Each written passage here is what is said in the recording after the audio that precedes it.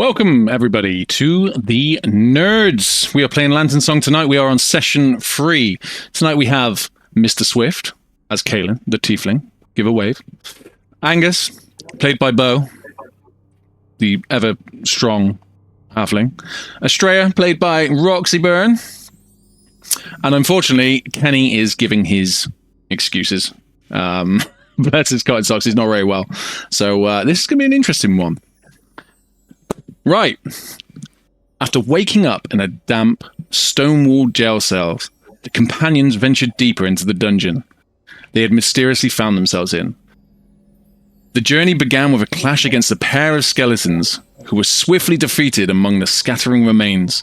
The group found a map of the dungeon, a glimmer of hope in these dark depths. Pressing on, they encountered a patrol of goblins. Kenny, fluent in goblin tongue, struck a bargain. In exchange for the directions to the nearest exit, he offered his prized magical spoon. The goblins, tempted by the curious artifact, accepted the deal, but once the information was obtained, the companions turned on their captors, reclaiming the spoon and leaving no goblins standing. Deeper into the dungeon, they stumbled upon a mysterious chamber filled with pedestals and what appeared to be a weighing puzzle. After deliberation and problem-solving, the riddle was solved and a hidden door opened to reveal a new passage. Following the winding path, they continued through the labyrinth. The next encounter was with a peculiar wisp. Sorry, I struggled there. Whose gentle demeanor seemed to offer guidance. The glowing entity led them to a shimmering pool of water, radiating with soothing energy. Testing its properties, the group discovered the pool was possessed with healing powers. Relieved and exhausted, they paused to rest it. However, the respite was short-lived. Angus, in an attempt to whistle for aid, unintentionally summoned danger. From the shadows emerged 2 enormous spiders, their fangs glinting in the dim light. The battle was intense and grueling, but the companions fought valiantly and defeated the arachnid foes. Now, with their wounds tended and the strength renewed, the companions prepare to face the next stage of their harrowing journey. You've all had a short rest. You all led on the ground, or resting wherever you rested. You're next to the pool of water. You can hear the water dripping into the pool. You got the carcasses of the arachnids in front of you. And, you're scattered around just resting. What do you want to do? All right, good. Look, I know it was a bad idea, but it was an idea. We can see sky from here, at least the starlight. The Lanternsong Festival is happening. Somebody was bound to have heard that. Somebody had to have heard it. Angus is saying this in like a sympathy, like he's looking for sympathy, like he's looking for a "that's okay, Angus," but he kind of knows also that. It wasn't okay.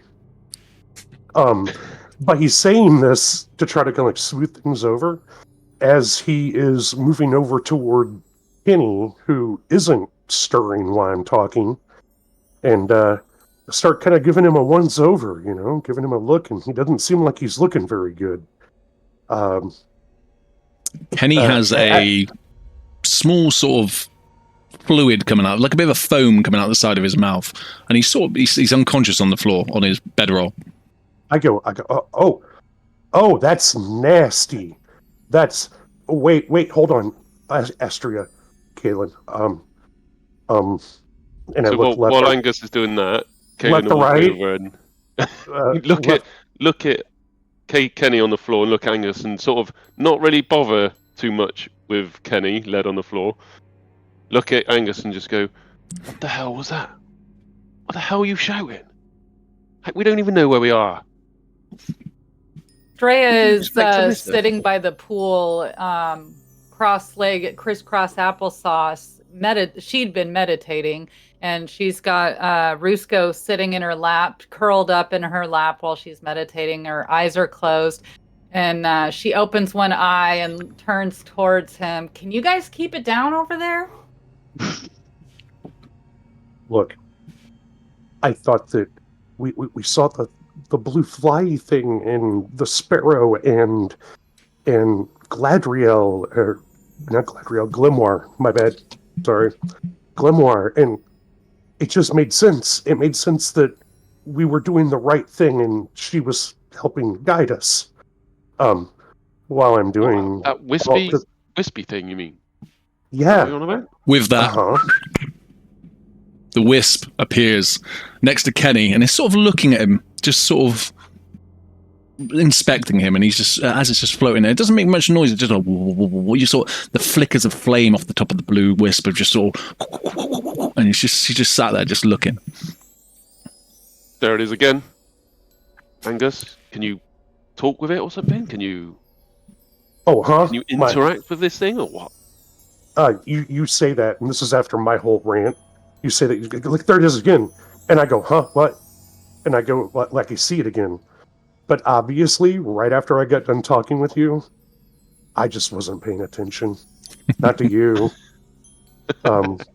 Is that a DM? Is that a 20 that popped up there? Yes, it was a 20. Oh, okay. Okay, Yep. yeah, we should probably there it is again. You're right. And okay, we need to prop Kenny up somewhere. Wisp's gone. I don't what. Fuck. Okay. Angus, just leave him, man. He'll be all right. What's wrong over there? I don't know. He's just flipping. You know what he's like. Flipping He flaked passed out out on one of the again? fights, didn't he? He can look after himself. Just leave him here. Okay, roll him on his side at least. He's foaming from the mouth.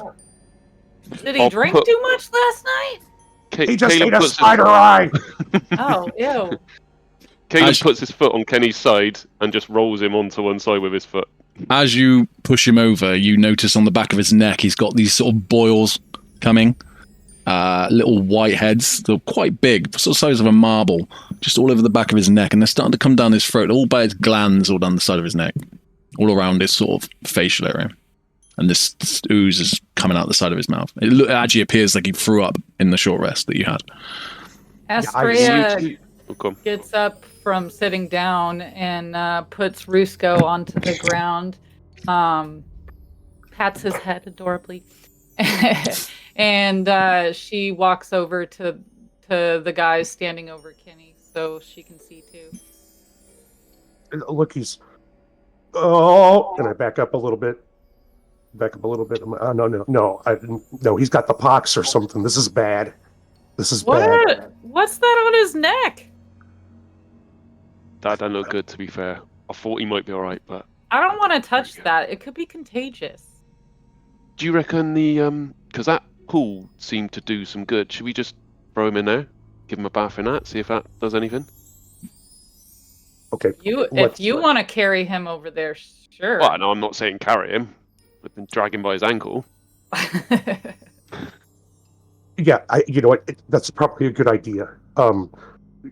You do that, and I take like about 5 steps back from him, and I take out what is obviously a napkin, like a cloth, like a kerchief or whatever. Fucking put it on, man, like immediately. But it's used. It's got like a jelly stain, you know, on it from like a sweet treat. Old napkin. Exactly. It's all crinkled up, and like I immediately cover up, and I'm like, oh, I don't know. And I back up. If we put him by the water, maybe he can wake up and he can get a drink or something. And we can. How far away is from the pool? Is he? So like he's 5 feet, couple of feet? Yeah, he's within 5. He's about 5 meters from the pool. He's sort of rested up, sort of against a rock. You know, the skeleton had his feet up on the sort of on the back of the spider that he killed, just sort of like. Okay, on his back. Yeah. Can I make a medicine check? And see You if certainly there's can. anything that I know? Okay, so with a 10, as you get closer, you're sort of inspecting him, and you're looking over his body, and you can see that the little balls of pus on the back of his neck are sort of throbbing a little bit. And as you get closer, one of them bursts, and you just see a little spider just crawl down his neck. Oh, God. Fire! Oh my God! No! I'm not touching that. Not touching that. From your inspection, from looking, you can see that it's quite cold in the dungeon, and you can see that there's breath. He is still breathing quite heavily, but he is breathing. Can I flick the little... Is it on his body, I'm guessing? It's crawled off and gone. It was a tiny little spider, just crawled off and gone. Oh, sorry, it's already gone. Okay. So I'm going to... Can I drag him to the pool so his shoulders are sort of hanging over the edge, just so I can dunk his head in, and the rest of his body sticking out on the side? Roll a athletics, please. Athletics check. Go. Oh crap! So he's quite a sturdy fellow, and he's quite a muscular build. So you grab him by his legs, and you're just driving along, and poof, poof, poof, across the cobbled floor of the dungeon, and you get him there. But he's had he might have a bit of concussion afterwards. Oh, I don't mind about that. So you wash him down, and you can see that the healing powers, the boils are just sort of fading away and sort of blending back into the skin. He has still got some marks in his neck, but the boils have gone, and they sort of burst in the water and sort of fade. What about the baby spiders? Well, they sort of there was spores that went into the water when they popped in the water, and then they sort of spored off, and then they healed over. Okay. We can't have those hatching later. Ooh. Kenny is still unconscious, but appears to be sort of stabilizing as such. All right. We need to get out of here, but I don't think that we can do that effectively carrying his limp body. No, I'm not carrying. I barely dragged him to the pool. Oh, right. All right. We'll just leave All him right. So I remember being told, as a welcomer, in case of an emergency, there were a couple different things we can do. Angus sighs, and he's concerned. Angus is genuinely concerned. He takes that leather bracelet that he has with all the bindings around it, which is actually my holy symbol, wrapped around my arm instead of my neck. I take it and I put it around Kenny's neck because he's stabilized somewhat. And I remember wanting one of my onboarding mentors when I got to Maiden Shield, telling me that if somebody was injured or wounded and needed assistance, that we could leave our necklace, our holy symbol, on them, and that could be a sign that someone needs attention. Think of it as the way combat medics would mark wounded in wars past. So you tie it around his arm, you tie it nice and tight, and he's just got this nice sort of symbol of glamour now on his arm. Yeah, with a little mark on it or something, to symbolize that he's alive, but he needs help. That's the best I can do, gang. Wow. So Astraea looks around at our surroundings and spots a big enough rock next to where we've left him. Just put him out of his misery. And no, she's gonna. You guys see her with starry bright magic, leaving her fingers. It looks like she's writing something on that rock. She's leaving a druidic message that can be spotted with a successful investigation check, but they have to use magic. They can't see it without magic, or other druids can also read it. So I just leave a message on the rock next to him as well. Okay, as you carve it in, it just it's quite clear on the wall. As people would walk in and out, you would see this sort of marking on the wall. Yeah. What does it say? I guess. It says, "Here lies Kenny. He's a drunk." Don't touch his peen. Don't touch his peen. That's a good one. So, guys, I guess you okay with leaving him here? Now, I'm only thinking, if we go 10, 20 meters down the corridor and there's the exit, we might just want to drag him out. But if it's way too far, leave him here. Yeah, I think that's good. We at least need to leave him to check out how to get out of here to begin with. Yeah, that's fine. We find a just way out, can't but have we that. do not leave him here. We do not leave him here. Not that I cared much for him, but at least the boils on the back of his neck are gone. And then Kaelen, just before we head out, Kaelen's just going to go up to the spider. Are the spider carcasses still there? Yes, they're starting, not stinking, but they're sort of oozing where, one of them's got an eye, missing eye, the other one's chopped a bit, so there's in a bit of a they stink way. And they're sort of oozy, bloody oozy sort of. You see that actually the little spider that came out of Kenny's neck has just walked over and sort of gone over the back of the other one, of the big spider, and sort of ran off. Lush. Can I can I take a look at their jaws and see if the fangs are got any sort of the green, gooey, poisonous looking gump? Yeah, roll a investigation check, please. Investigation, please be better. Oh, not bad. 13. So, as you sort of pull the spider's head up, you can see that there's two big fangs that come down. They're lodged in place. There's no real sign of any venom of anything coming out of them. These spiders weren't really venomous spiders. They're just big. That's how they learned and survived in the sort of nature, So yeah, there's two big fangs coming down. You can see that there's a few sort of teeth further back, which was probably used for sort of processing food and sort of chomping the food up. But nothing that looks like it could inject the venom into. There's no venomous glands or anything like that. They are a huge woodland spider that was has got these. Yeah.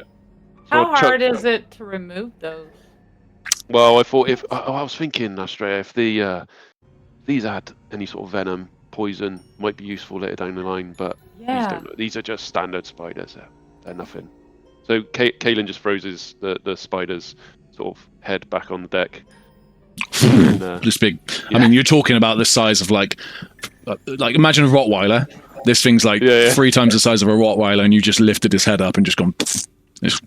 Dropped it, a thud on the floor. So it's a big thud on the ground. I'll sort of brush my hands off in my jacket, and then. All right, what do you reckon? Should we get the hell out of here?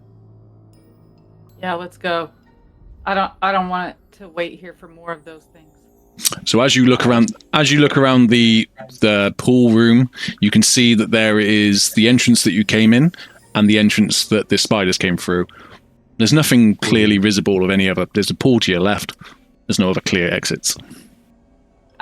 Remind me, outside the entrance we came in, is there we can go a direction that we hadn't come from? Please hold. No, you sort of came down a long corridor, and then you just sort of came along. You followed the wisp, and you came into the. Okay. There is a turning further, quite far back. There's a turning, but you've come sort of. So without going where we came from, we have to go where the spiders came from. Yeah, be all right. Let's go. I agree. So we're gonna head where the spiders came from, stepping over the spider legs and gump all over the floor and goo. And spider anus.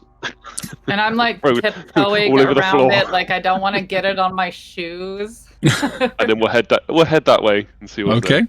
So as you head out of you sort of step past the oozing carcasses of the 2 spiders, you head into a corridor which is a bit different to what you've come from. You came from quite well lit dungeon area. You just spiders have been living down here, so there is carcasses on the floor of rats and rabbits and items like that, and there is sort of moss across the ceiling and some.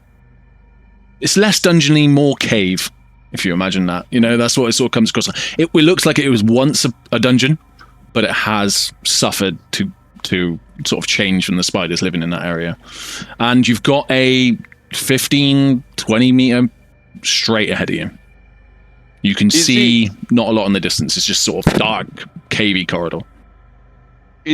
Can we hear sound-wise? Because we were hearing some whispery type stuff. Can we hear any of that? The whispers have continued, so the whispers are always going on. They do appear a little bit louder, especially when you're around the pool. They are, and you can't make out what they're saying. And the wispy blue entity is to the east. Or it disappeared. It was over there, correct? It just disappeared, yeah. Yeah, that's what I'm saying, but that way. I'm gonna pull out the map since I'm the one that has it, and I want to look at that map again. Oh yeah. Okay. Have you got the map, or do you? Sorry, do you want me to pull it up? I'm the one who. Yeah, I drew it like on the back of something. Please hold. Is it not in? Please hold. Please hold. It's in the Discord. Sorry. Yeah. I haven't got it up. Sorry, I'm gonna have to try and find it. No, it's fine. I got it. So I'm looking over Astraea's shoulder, pointing and just saying, I think it's just straight ahead for now, Astraea. Okay. Just wanted to make sure. I feel a little turned around right now. Okay, so as you head down this corridor, it's sort of slimy. It's still a dungeon. Like, don't get me wrong, it's not a cave. It is still a dungeon, but it's just been lived in by creatures. So it's, getting a bit stinky, a bit stanky, and there's mud on the floor, and there's still dripping water. And as you're leaving the nice luminescence of the healing pool, you're just going into a darker area. As you continue to walk down the. What order are you going in? Are you in front, Kaelen? I'll go first. Yeah. Yep. Straight at the back, and Angus in the middle. What are we doing? Astraea, I really don't like the idea of something being able to come up behind us and get you. Do you want to be in the middle? In the middle, and Rusko's on my shoulder. Would you like me to take up the rear? Oh my god! Yes, please. So we got a marching order of Kaelen at the front, then we got Astraea in the middle with Rusko, bloody dog's name, and then Angus at the rear, and then Angus, yeah. Okay, fine. As you walk down the corridor, you you notice it starts to bend. The reason you couldn't see down is there was actually a wall, but it bends off sort of a 45-degree angle, and you come to a sort of a pass where you've got one entrance going in one way to the left and one to the right, both equally lit. The one to the left looks a little less spidery. The other one is more cave-like. You cannot see anything down them because they immediately turn. These you can see that these two passageways just turn on themselves as soon as you go in them. So remembering what Kaelen was just looking at over Astraea's shoulder, Astraea, I don't know. Obviously, we don't want to keep pulling out the map, but I think it's left. I don't know if you recall, but I'm going to go left. Yeah, let's go left. Looks we're trying less to get dangerous. That X marks the spot. Okay. If we go as the party, whenever the party starts moving to the left, since I'm in the last slot, I'll mark the floor, like the wall on the floor, like I was doing before. Okay. I guess so. Kaelen just turns around to Astraea as we're doing this. So I guess Astraea, unless you shout at me, we'll just. I think I know the way. Reading your map, got quite a good memory. So unless you shout at me, I'll carry on. All right. Okay. Well, I'm not very good at reading maps, so you do you want me to? I will follow you. Okay. So I'm going to go left, and then I guess the group are following. Okay. 6. Give me a star map, and I can tell you what's going on. But read astronomy and just can't. Right. Yeah. Like she can navigate the oceans for us. Yeah. Right. But looking at a land map, I don't know what I'm looking at. Like what is this? A hill? What is So roughly how tall is Astraea? I mean, I know she's a medium-sized creature, but whenever you think about Angus being about 3 foot I'll be back 2 seconds. How tall do you like realistically? If I was to if Angus was to put his hand straight out, would it be like at the small of your back, or would it be your butt, or would it be your thigh? Like a leg to you? She's fairly tall, actually. She's 5'8". So it's probably waistline, maybe a little bit below. Like I'm not trying to be like yuck funny or anything. The thing is that I like Angus doesn't have dark vision. Okay. Yeah. So- well, I'm also so- glowing right now, so. So Angus is dependent on the aura, kind of little bit of light that you put off. Yeah. But the other thing is that you probably do catch the occasional halfling hand, like near the junk, But it's not. It's every time it's oops, sorry, oops, oh, I'm so sorry. Oh, he doesn't mean to keep touching And you. every time it happens, she just looks at you with her eyes kind of just they kind of crinkle in, looking at you like, okay. After the third time, I just start smiling and doing it.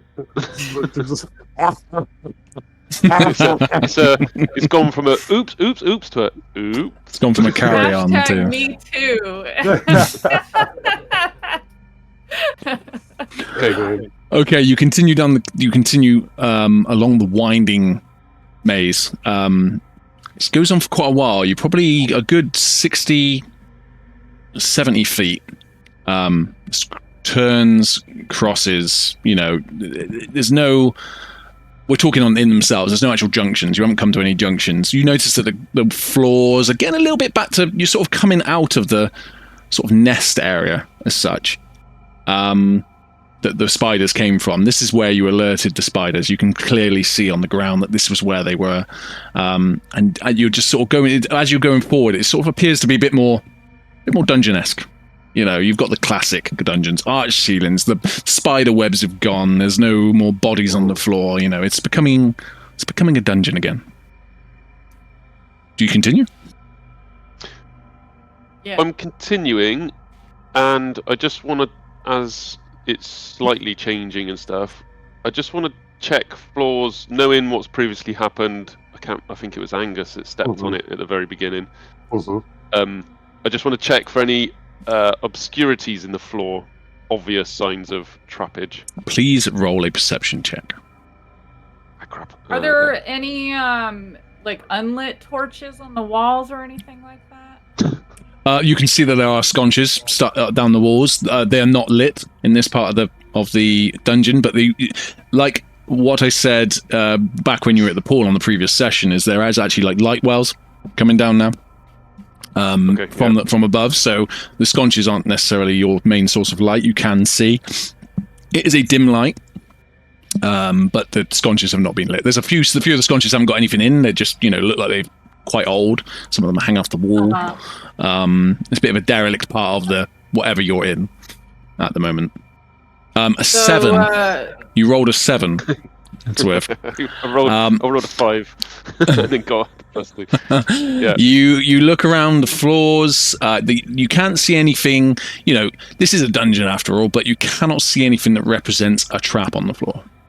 That's fine. So we continue. We are continuing down the corridor. Astraea's gonna notice as she's passing another unlit torch that there are torches on the wall, and using druidcraft, I'm gonna snap my finger to light the torches as we go down the hall. Okay, very well, very good.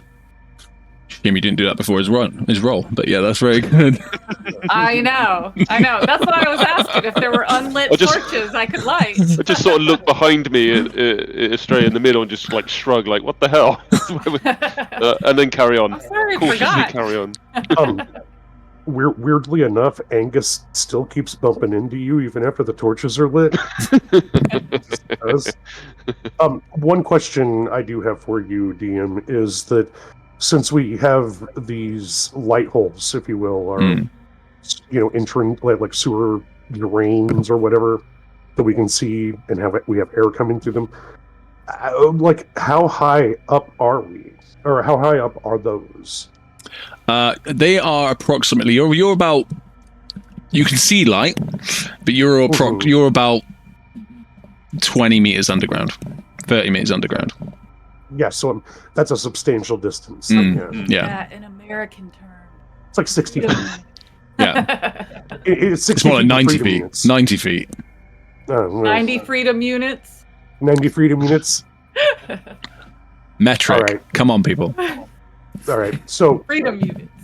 Well, my initial idea was maybe Rusko. We could boost Rusko up. That's way too far to try to boost anything up. Because if we could get Rusko through one of those holes, How then big maybe are these holes? They Could a bird are fit through it? they are around I don't know 6 inches in diameter circles. oh, they're little bitty then. They're Never tight. mind. They're not yeah. very big. They're like the size of my cup, like that sort of. I'd have to imagine. Yeah. I mean, They have got Maybe they have got like a grating underneath as well. To a bird. I've never done it before though, so I don't know. Yeah, it was just a passing thought. Look, gang, this is the way I see it. We're going to find out what that X is, and then we're going to get Kenny, and we're going to get out of here. So, Well, maybe, Yeah. Kenny. I mean, who's carrying him? I've got Nope. Rusko, so you guys You've are gonna gone quite have a way. to I thought if it was fight just round the amongst corner, yourselves over we that. could tie a rope to his ankle and drag him along the floor, but it's not just round the corner. He can stay there. I suppose carrying on, if by it the comes way. down to it, I could shapeshift into a bear, and you could put him on my back. If you want. I don't want. No, let's leave him. so we're how carrying on close down are we- down the- Yeah, how close are we to what we think is the X now? You are approximately. You've got a few twists and turns. But you're approximately about 30 foot. 25. No, probably no. Sorry, 30 meters. Sorry, so about 90 foot. Okay. So you continue on down. Yep.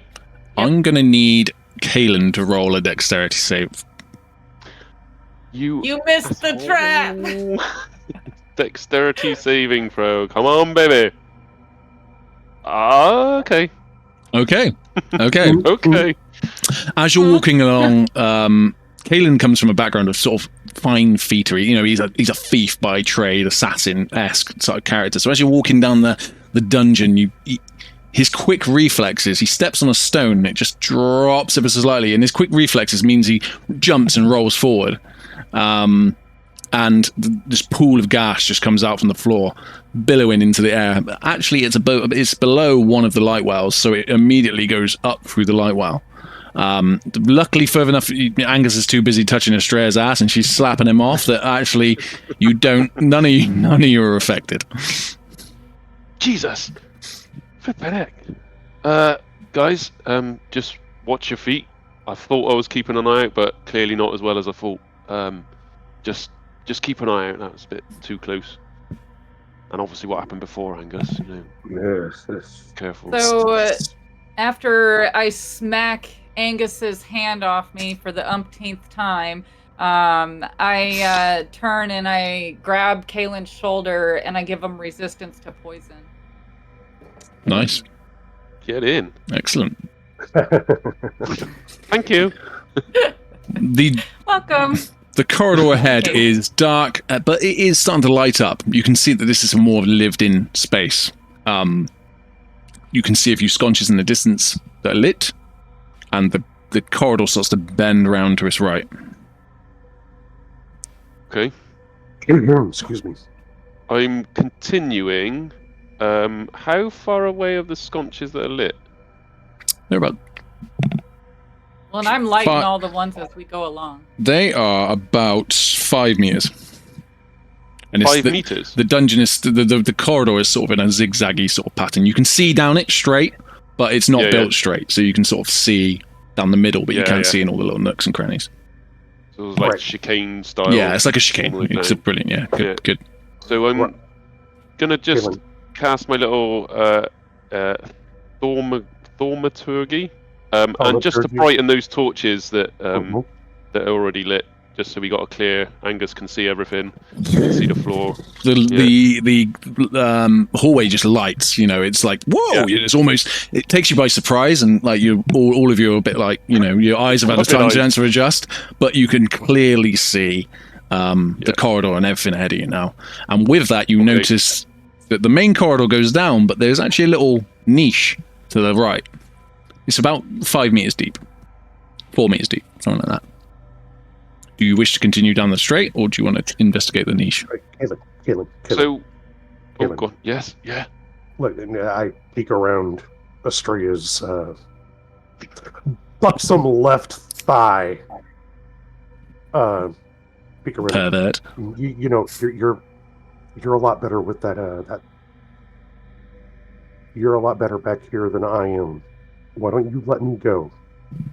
Oh, I can if you want. Like, let's Be call it. my guest. Let's call it bait.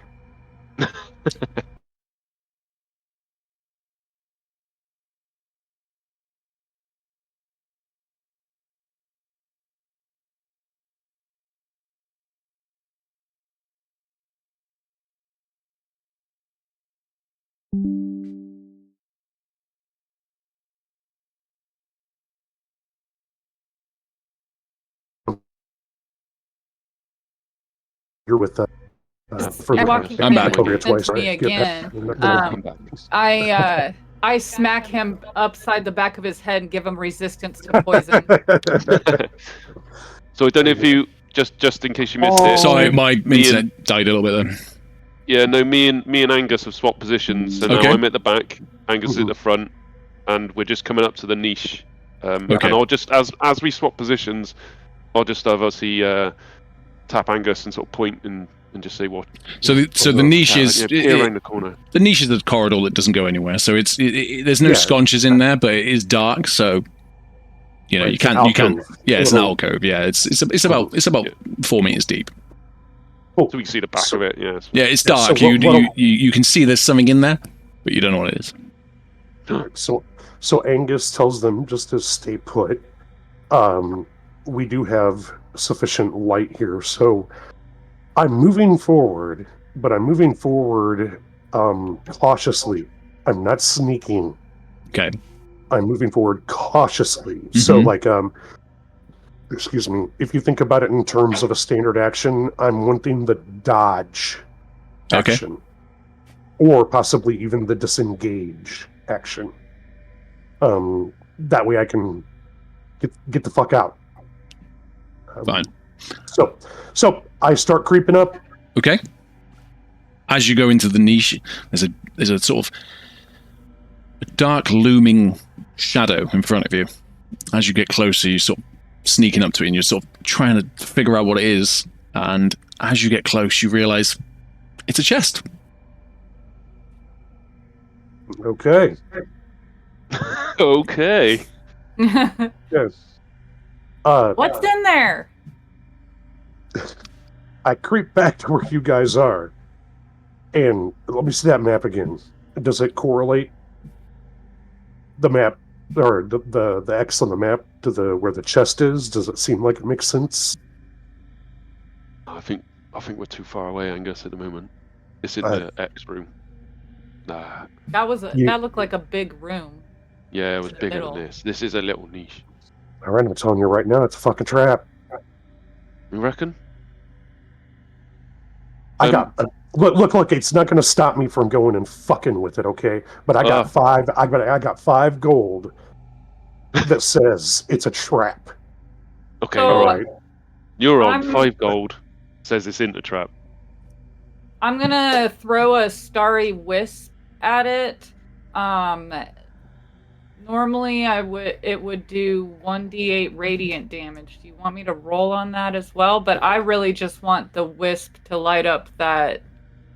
Okay, so chest. let's just say you throw the wisp at the wall next to it, so it just hits the wall. Okay.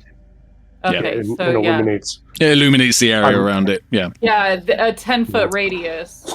As you throw this wisp down there, it sort of casts and becomes this sort of aura that's in the thing, and you can see that it is a small, not as big as you anticipated. It is a small chest. There is a small padlock on the front. Mm-hmm. So And I'll just nudge Angus on the shoulder and go, are you fucking with this chest, or would you want me to? I absolutely am fucking with this chest, and I got 5 gold that says it's trapped. Yeah, go for it. I'll Take a couple of steps back. Yeah, back up a little bit. So the first thing I do is I just start making a physical inspection of the chest, not just the locking mechanism, but all of it. Okay. Can Roll you tell a me- perception Okay. check, please.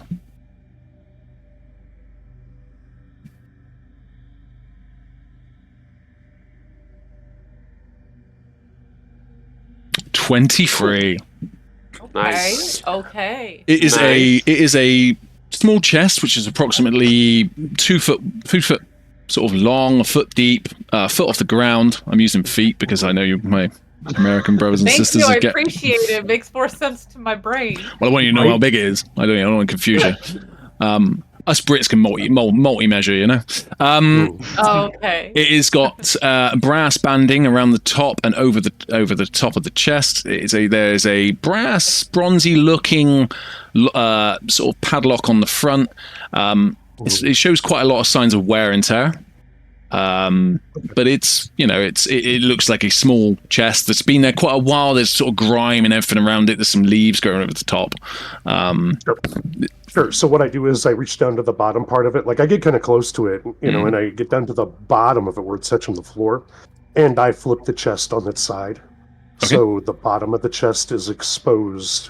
Yep. It's facing us. Yep. And You don't see. There's nothing out of untoward. There's no traps. This just looks like a chest. Right. So I'm just cutting. I'm going to go through the bottom of the chest instead of trying to bypass the lock. Nice. Yeah. Roll a strength check for me, please. Are you smashing through the bottom? Well, I was getting. Hold on. It would? Yeah. So with iron banding on it, but here's the thing. Because I'm a martial artist, I can use my dexterity for striking and such. Can I use my dexterity absolutely. Absolutely. Okay. Are you attempting to punch your way through? I'm going to start like open palm striking the bottom of this fucking chest. Just on the side. I had imagined that you were like Bruce Lee 1-inch punching the thing. Yeah, Like, just like Oh my god. Yeah. So all right. Let me do this here. Unarmed strike. I get to re-roll that because I'm a halfling. Okay, 17. Do you want to re-roll it? There's no way it was a 17. It was a 1. Oh, it said 17. Come on. Okay, I'll take your 7. I'll take your 17 then. The first one was definitely a 17. Instead of 1 on my screen. Oh, okay. Okay. 17. So with a 17, you do literally do a finger punch. So you get really close. You put your palm against it and you sort of close your eyes and sort of embrace the feeling of glamour, and you sort of ask sort of a mini prayer in your chest, and you punch your hand through the middle, and you shatter the bottom of this chest. It bursts open, and you can hear the smashing of items inside and the clanging as the sort of chest sort of rolls back over itself. There is a few, the items has been slightly damaged. Can you roll a d20 for me, please? I can. 18. Oh god. Astraea is watching this happen, and she is just flabbergasted by Natural 20. his method.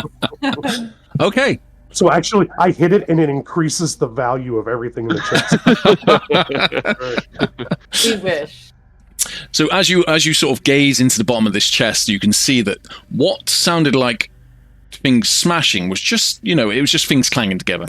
There wasn't, you thought that the items, something like the contents had been broken and smashed to pieces. But as you pull the wood apart and the splinters, and you actually get to look inside, you can see that there is a potion of healing inside, and 10 gold. Okay.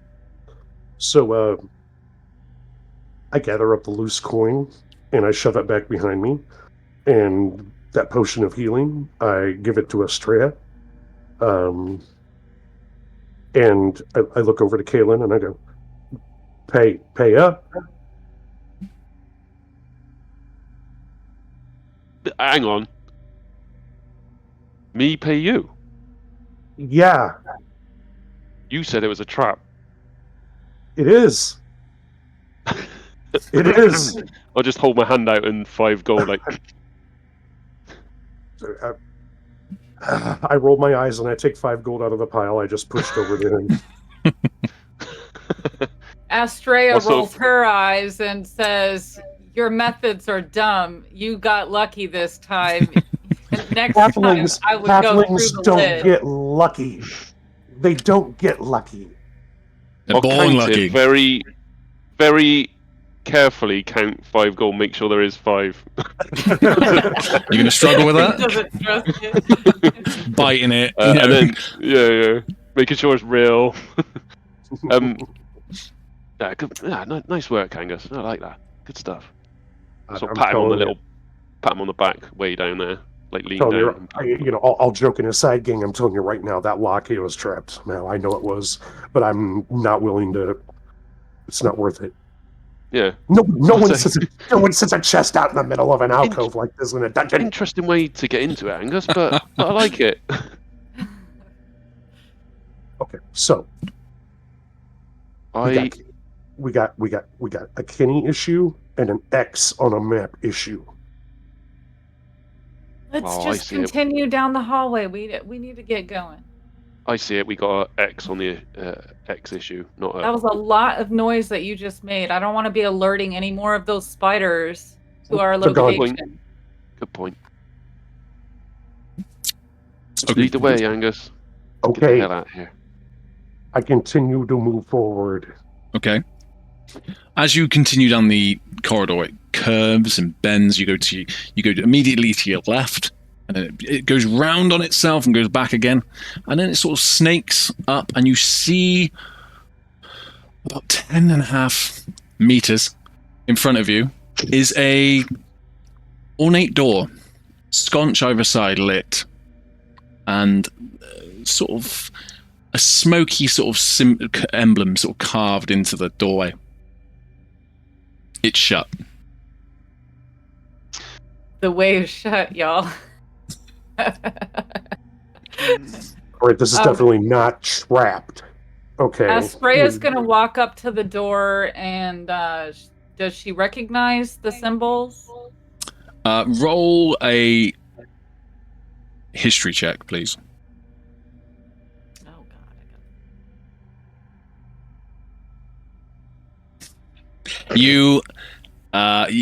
It is a... looks as though it's like a dying man on the floor with smoke coming out of it. You don't recollect it from anywhere. They're real pretty. I wonder what they mean. It's hand carved into the nice timber doors. I'm gonna run my hands along it, and does touching it do anything? No. As you rub your hands across it, it is, it's just an ornate door. And the mechanism that would open this door, what does it look like? You have 2 knobs in the center. Are they locked? You can. I'm gonna put my hand on the doorknob, and I'm gonna. I step to the left, 12 feet to the left. How many meters? You can only go. You can actually know. only go about 3 foot to the left. Nah, I'm not, man. I was making just like. So I try the doorknob. Is it locked? It's not locked. Okay, so I'm gonna. Do I hear anything on the other side of the door? Roll a perception check, please. Actually, does Rusko hear anything? Because he has keen hearing. Yeah. Again, roll a perception check for Rusko, please. Okay.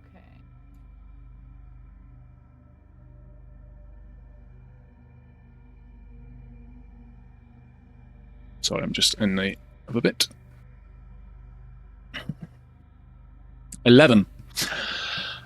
As Rusko puts he sort of wanders up. And he sort of sticks his ears to the door. The whispering, he can hear the whisperings a lot louder inside, and he can hear what appears to be the crackling of a fire. Okay, I'm gonna crack the door open just a couple inches so I can peek through. What do I see? You see a brightly lit chamber. Do I see any movement? Not with not with an 11. No, you do not see any movement.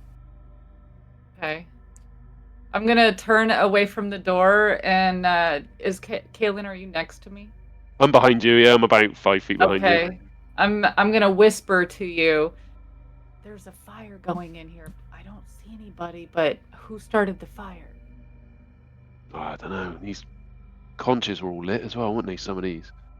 Yeah. Let's have a little peek. So I'm gonna, with Astraea, I guess, we're just both gonna poke our heads all the way through the door, but not bodies. Okay, roll a perception check for me, please. Perception. Oh, for Your God's eyes sake. work better than mine. Oh, No, they don't. no, they're worse. Very similar to Roxy, you look through the doors and it looks like a bit of a ceremonial-ish chamber. There's sort of pillars everywhere. There's a few banners hanging down from the walls. There's a fire at the far end that you can see is burning, but it's elevated at that end, and the fire is on the elevated side. I'm gonna just sort of half whisper, but not, just sort of go, hello? Anyone there? Any Nothing. response? No response. Nothing. All Louder? all you can hear is the... Is it louder than before? Yes.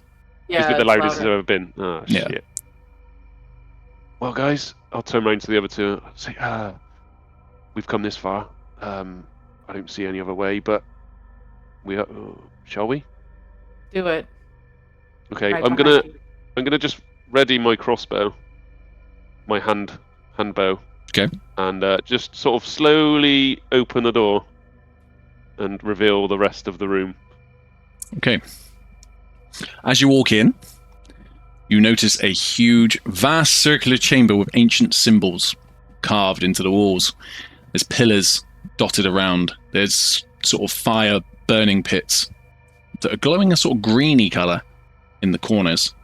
You can't see up onto the elevated area. There's some set of steps going up to it on either side, and you can see the fireplace crackling in the middle. A ritual. It's a tall ceiling, and it's a long room. Long room, fire in the middle. Mm-hmm. Well, the fire's on the elevated area. It's not really in the middle. Oh, It's sort of okay. off center slightly. And when I look up, and obviously there is an elevated area in front of us, or going all the way around the room, like a So as you balcony, look towards the end, no, it's not a balcony. It's more like a raise. It's about 6 or 7 steps up, like a platform. onto like a plymphy, Yeah, okay, like a plinth area, and then you can see that the And fire is burning on top. Stairs to it. There are stairs either side, left and right. Okay. And there's a bit of a pit in front of you. It's all sort of different levels. So there's a bit of a pit in front of you. There is sort of steps going up from that. There's like a plinth around the outside, and then it goes up to a higher plinth on top. Is it all well lit? I'm assuming with this Yeah, big. you can fire see thing, pretty much okay. everything. It's a Yeah. high ceiling, domed. Yeah. It's just a stone ceiling. It's probably that's sort of about 30 meters up. Okay, This looks like Uh, a ritual or something. it does seem a bit strange. The whispers are definitely louder than we. You can hear it. It's, I don't see any other way round or through or under, unless you want to see if we can get down a pit. But I don't know how deep it is. Why don't you two go up the right-hand stairs? I'll go up the left. Take it steady. Watch for traps. And we'll see what's at the top of this plinth. Okay. You good? Yeah. Christ. You sure, Angus? I'm sorry. it's all right. You're allowed to you cough, good, dude. Angus? Getting over being sick, man. Yeah, that was bad. This. I'm uneasy about this, but of course I'm good. Let's go. Let's go. do it. If we're gonna do it, let's do it. I'm going to Because ask. this has bad written all over it. So just so I'm going up the left-hand side Okay. with a We're We're going crossbow up ready, the right. and you two are going up the right. Yeah. Yeah. Okay. Can I ask you all to roll a perception check, please?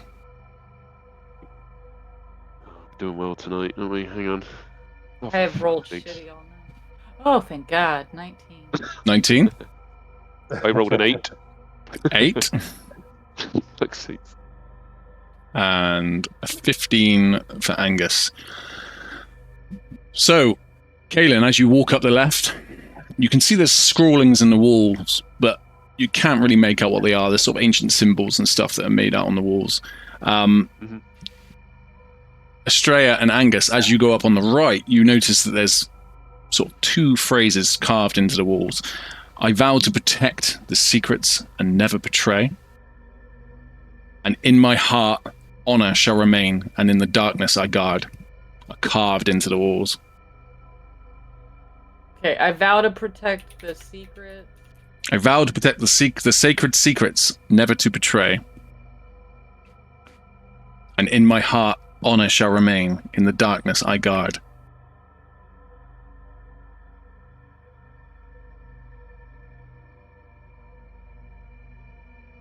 I guard? I guard, yeah. Okay. You guys, this says something weird. I'm not sure I understand what it means. I vow to protect the sacred secrets, never to betray. In my heart, honor should remain. In the darkness I guard. You can. I'll sort of call over to the other side. You can read that? Yeah. I got stuck. Come and read this one. I'll sort of usher Astraea over to my side. See if she can read, and I'll point. What the hell is it? What do I see on the left side there? Is it to say the Are you same going to go? thing? Are you going over? You walking over to? Yeah, it? I'm gonna walk back down the stairs and go up to the left side where he is. And I'm heading back toward the entrance. Okay. He doesn't want to be left alone. No. I think there's a significance here, and Angus appears that he has a hunch, and he's following up on it without communicating to you two. Okay. Oh, okay. As you walk up to the other scratches, you get a bit closer, and with your glowing skin that you have, the sort of etchings in the walls start to be made out. And the first one you come across says, "Sacrifice will be eternal bond, for here I am bound."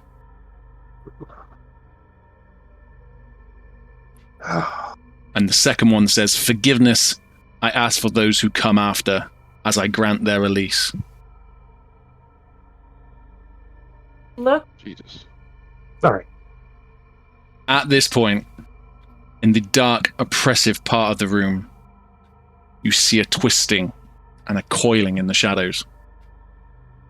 There's a body of a huge monster, covered in glimmering, jagged scales, with crimson hues that glint in the faint torchlight. This creature's many yellow eyes seem to pierce your very soul of those who look at it. It's got an echoey resonance about it that sort of just is very daunting. It's black, it's got huge wings, and it's sort of... it doesn't speak, but you hear in your heads... You have arrived. I am guardian of the chamber. To take your souls. And I'm going to need you to roll this initiative. Oh, fuck. Thanks, I was going to run. Damn it. That's me. Let me just get it. Rusco. Oh, Rusco Jesus got Christ. it. Let me just drag that up. Right. What was that? Sorry. What was Risco? 19? Rusco was 19 and I was 9. Okay. Kaelen was 12.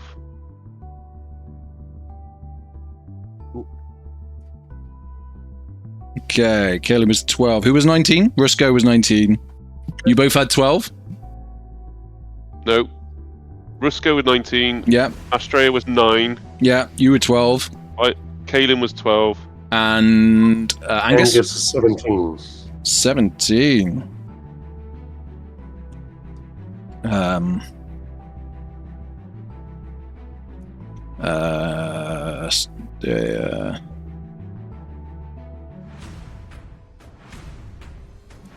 Right. Before you is Okay. this huge serpent-like creature. His tail is curling behind him. Can you see this all right? Yeah. Yep. Are you using Beyond? Or, Yes. Or I am using mine Beyond. says start of complete, waiting for DM to send the map. Oh, I can't see. No, Excuse me. can you see what It's good. I've got here? Yeah, you can see I it. can see what you've got in Discord, yes. Yeah. I can see it in Discord. You've got a Excuse me. large. It's a large black scaled serpent with sort of red hues all over its body. Its wings are wide and vast behind it. It has yellow eyes and serpent-like face. And it is Rusko's. Hang on, let me just bring him down a bit. There you go. Can you see him? Yep. There you go. Crack. Oh, crack. Okay, yeah. And it's Rusko's turn first. What would you like to do? So I'm gonna put Rusko down on the ground, and I'm gonna point towards Angus and tell him, "Go stand next to Angus." So he moves. So he's over. gonna pad over there, Okay. and that's the end of his turn. That's the end of his turn. So we are moving over to Angus. What do you do? God damn it. So Angus sees all this going down, and he heard what the thing had to say. Angus goes, "What? But the sketch of the guy with the stuff and the Overlord God and being murdered by the Pantheon and split and the protection and the coming back and the resurrection. Get it!" And if that confuses all of you, so be it. Angus immediately looks down to Rusko and says, "Do not follow me." And Angus uses his cunning action to dash 60 feet, running up the right-hand side of the stairs Okay. toward Craxus. You can get about there. And then I'll use my my movement action to close with Craxus. Okay. Behind him, or sort of here? Where do you want to be? There? Yeah, sure. I mean, I'm just in his threat zone. Never mind. Can I get under? Is this a table up there? It is the table. Yeah. The fireplace is behind. Okay. Sorry, the map. The fireplace is in front. Is on that V. That's the fire. Okay, then what I do is when I go running up there, I slide underneath the table. Underneath what? And come out the other side, or you're underneath it? No, I'm just underneath the Okay. table at that point. And that will be my turn. Okay. Over to. Unless you allow me to hide, but I can't see hiding being an option for me from this thing right now. No, I mean you clearly ran up down there. No. Right, but I would have some, but I would have some cover though. You would have correct? cover, and you would probably have disadvantage on any attack you made from underneath there. Oh. All right. Done. Turn. Kaelen, what do you want to do? How far away am I from this dude? Have I got line of sight from where I am? You can see he's half obscure. He's a big creature, so you can see quite a lot of him. Even though you are Okay. on the lower section, it's only 4 steps up. You can see the guy. So if I want to back up a bit, I guess, behind Astraea against the wall, sort of in that little crevice, yeah. Just so I can still see line of sight. And I'm going to let a crossbow bolt loose. Okay. So I'm going to fire to hit. Oh, that's better. 22. 22 hits. Go for that. For damage. So it takes 7 piercing. Okay. How far away is Angus? Angus is From the creature, sorry. Oh, he's You about 5 feet? He's 5 feet. He is. Okay, so with the sneak attack, I think I'm saying this right.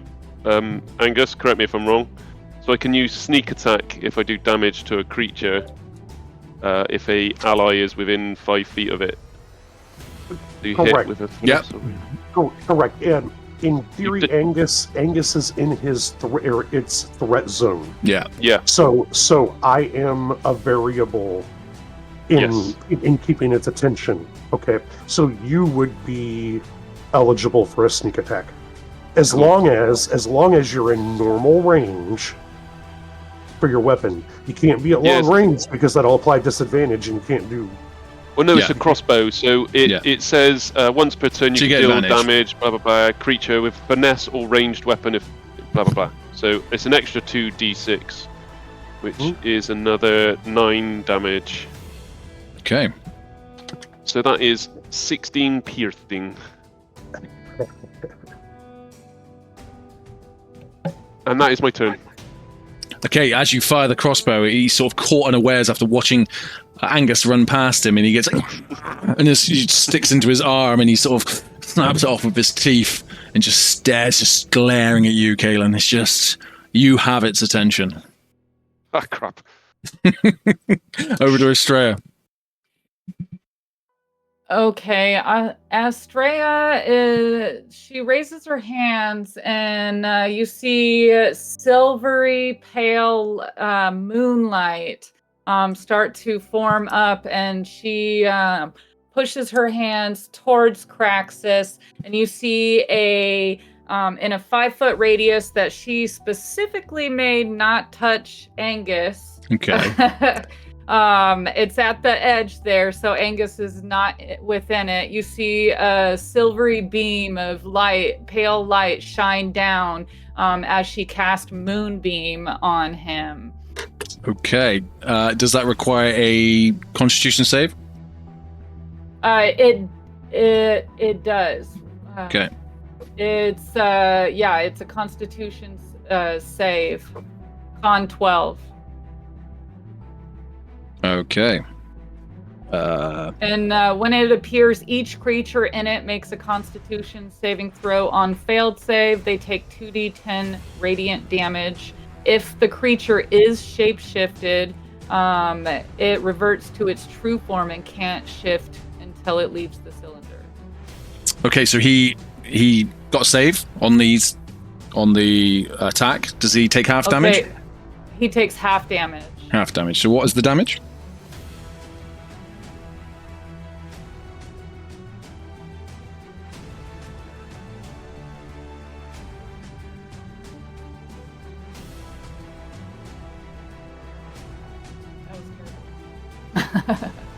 Is it 4? Or was it something added 4. to it? 4 damage. No.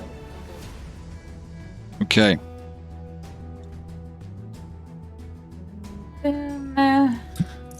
As Craxus is staring at Kaelen, he's hit with this ball of light, and it just sort of, you see it just deflect off him, and he sort of, and smoke sort of drifting off his back. Right, over to Craxus. He's gonna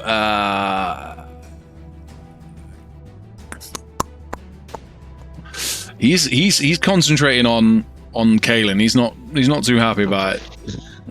Fuck's sake. So he's gonna move 40 feet down to Kaelen. Hey, buddy. Hey. Did you want to do a attack of opportunity, Angus? Yeah, damn right I do. Yep, you got disadvantage from being underneath the bench. Yeah, no worries. I'm happy to still take it. I guess it's generic. Never mind. Come on, dude. Get the character sheet.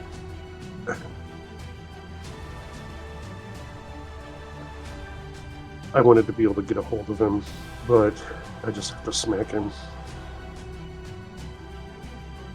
Disadvantage. Never mind. So I try.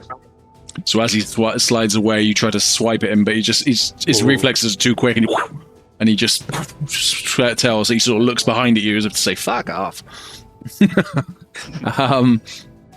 It's going to move down to Kaelen. He's going to do a bite attack. So he's going to roll for. Hang on, I'm going to have to do this by hand because he's not on here. So a 19. Hits. He did get hits, and you take 2d6 plus 2, so 2d6. Shit.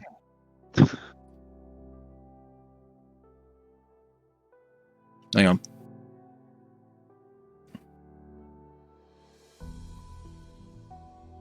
Why can't I find 2d6? So you take 6 points of damage. What damage is it out of? Oh, it's bite, wasn't it? Piercing damage. Yeah, Oh, plus 1d4 of. Hang on. Have you still got you got resistance to poison, haven't you? Yes. So you would have taken poison damage as well, but you actually have resistance to poison as well. From Astraea. How long does that last, Astraea? The poison resistance.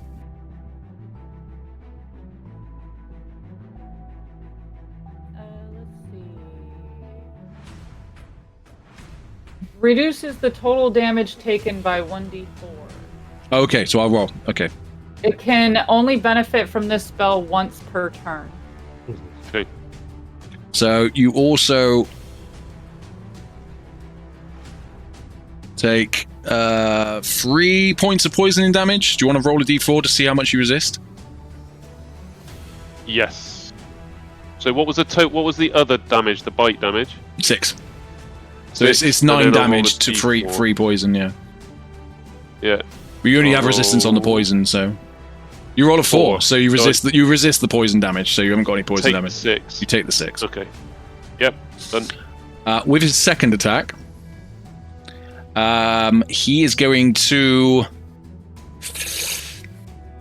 He's going to attempt to constrict Astraea. Ooh. So he's going to roll 21.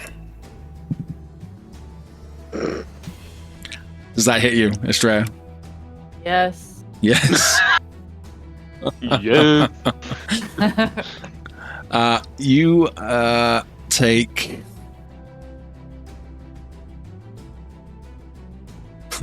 You're rolling shit. You take 3 bludgeoning damage, and you are grappled. As he attacks you, he sort of attacks Kaelen, turns around, sees Astraea just doing all her magic and remembering the burn that he got from the light, and just wraps his tail around her and just starts to slowly crush her. Christ. At the top of the turn, we're back to Rusko. I'm gonna look at Rusko, and from our minds, I'm gonna tell him to back as far away to the farthest corner from this guy he can. Okay, he is over here. I'll put him there just so he can still be seen. There you go. Okay, Rusko he's hidden away. Is that his go? Okay. And so I can't. Yeah, that's the end of his turn. I can't do anything with him. So. Okay, over to Angus. Angus comes out from underneath the table. Yep. And how do I go about this? He yells, "Temple Guardian! Fool! I am the chosen of Grimoire. This place is called Shield or Maiden Shield for a reason. You are a fool!" And I charge him. So I will. Sorry. As you go to attack him, he goes. You hear in your head, "Silly child, you think you're still in Maiden Shield?"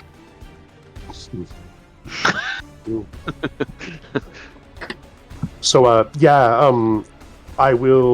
can move 30. Okay. I don't know how close that gets me. That gets you to about there. Oh, okay. Let me check that. Yeah, that's about right. Yeah, look at that. Yeah. How good was that? Look at that. All right.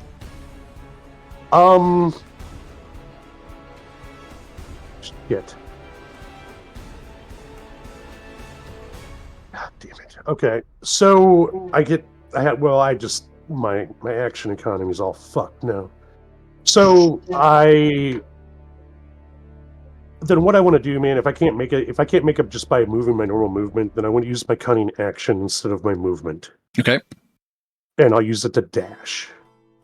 So you're And that'll double my movement, and I will move down to a point where I can engage Craxus. Yep. There you go.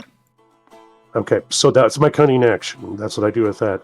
So I move down there, and I attempt to... This thing's a medium-sized creature? Yes. Yeah. It's larger than a man, but it is probably a man and a half high. And Right, but it has Astraea grappled, though, right? It is currently grappling Astraea, yeah. Okay, great. So I try to grapple this thing, then. Get it off of me! I'm trying! Okay. Roll a... yeah, go on. I can use, as a martial artist, I can use my dexterity. It's integrated in for my grapple attempts. Yep. So, if I understand correctly... It's a roll-off, basically. So I'll roll strength, and you roll... Right, you would roll athletics or strength, and I would either roll dex or strength. Yeah. But I get to skill with it, so it's acrobatics.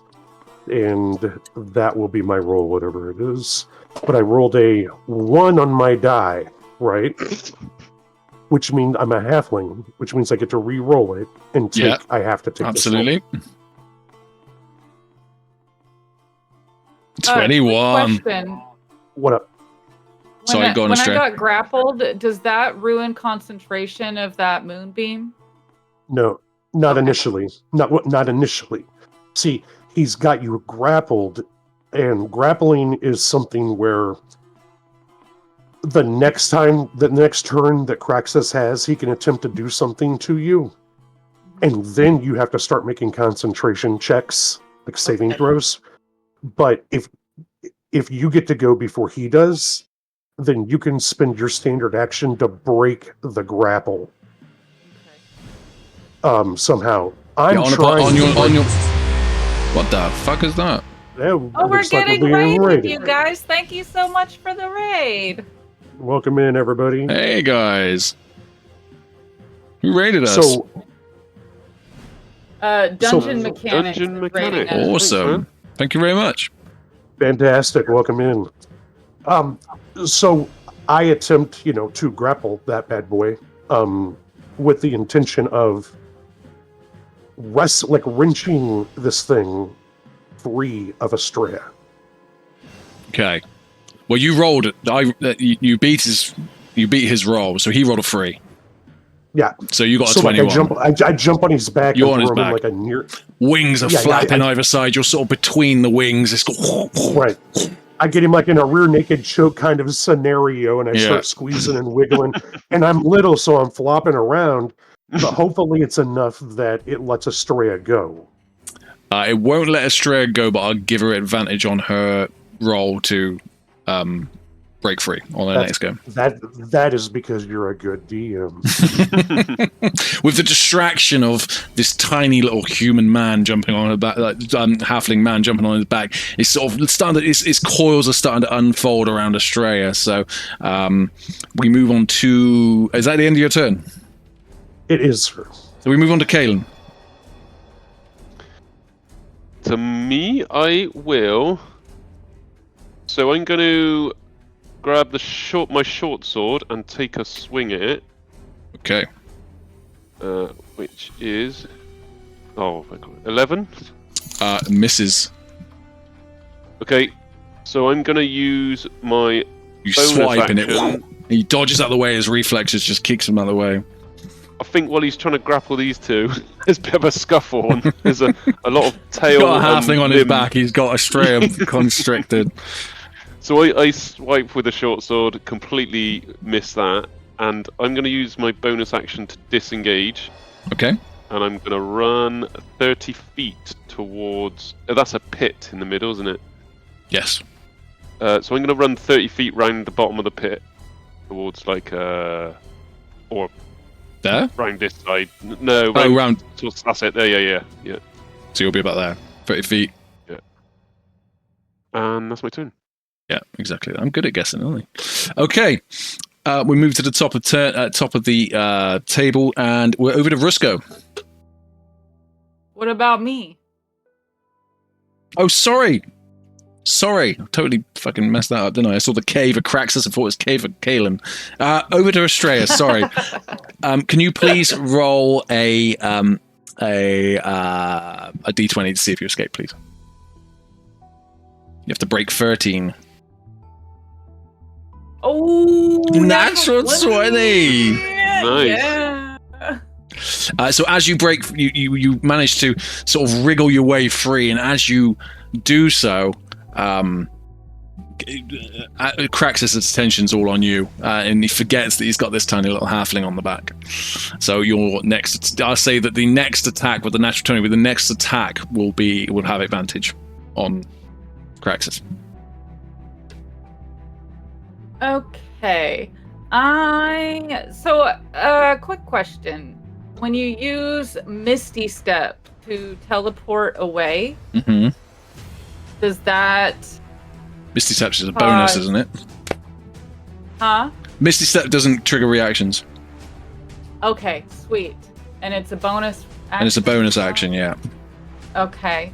So I'm gonna use Misty Step to teleport over to Rusco. Okay. And just an FYI, Kaelen. I have currently Craxus is grappled. Yep. And I'm in his threat zone. Yep. Okay. Gotcha. Roger. Roger. Astraea, is that your turn, or are you carrying on? No, I'm gonna use my action to move that moonbeam back down over the top of Craxus. Okay. He rolled a 5, so he takes full extent of the damage. And do you want to roll for damage? Ooh, that's good. Okay, yeah. Do not half-ass this roll, girl. 15. Do not half-ass this roll. Good shit. Hey. Good shit. 15. So as Craxus is sort of wrestling with this halfling on his back, he just sees this ball of light fly towards him, and he sort of screams from his serpent lungs, and he takes 15 points of damage. Very nice. Good move. And that's the end of my turn. Okay. Craxus is going to try and break free of this grapple. Give me one moment here. I will roll my here. Come on, big roll. I'll take it. He rolled a 4. He's rolling like ass today. So as he's swinging them around, his wings are flapping. They're only small wings, they're just flapping, trying to get you off, and they're trying to whack you off. And he's avoiding all sort. You are on there. Fair play, you have him grappled really well. So he has a disadvantage against anybody else on the. Correct. But not yourself, sir. Peering over his shoulder, he's going to take a bite attack at you. Oh. For 12? And I'm sorry, an AC 12? Yeah. Misses.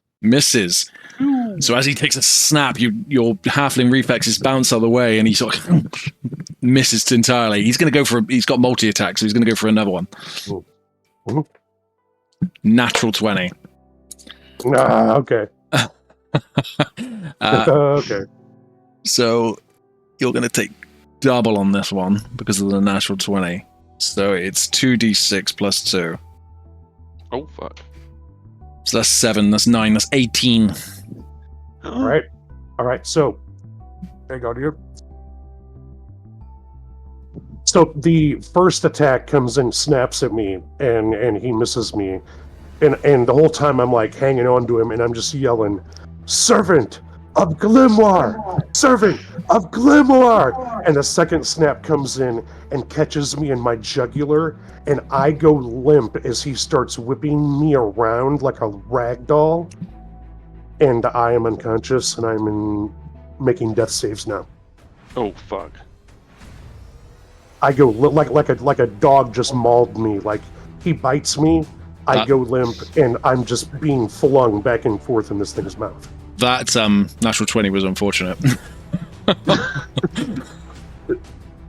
I hope you got some sort of healing, Astraea.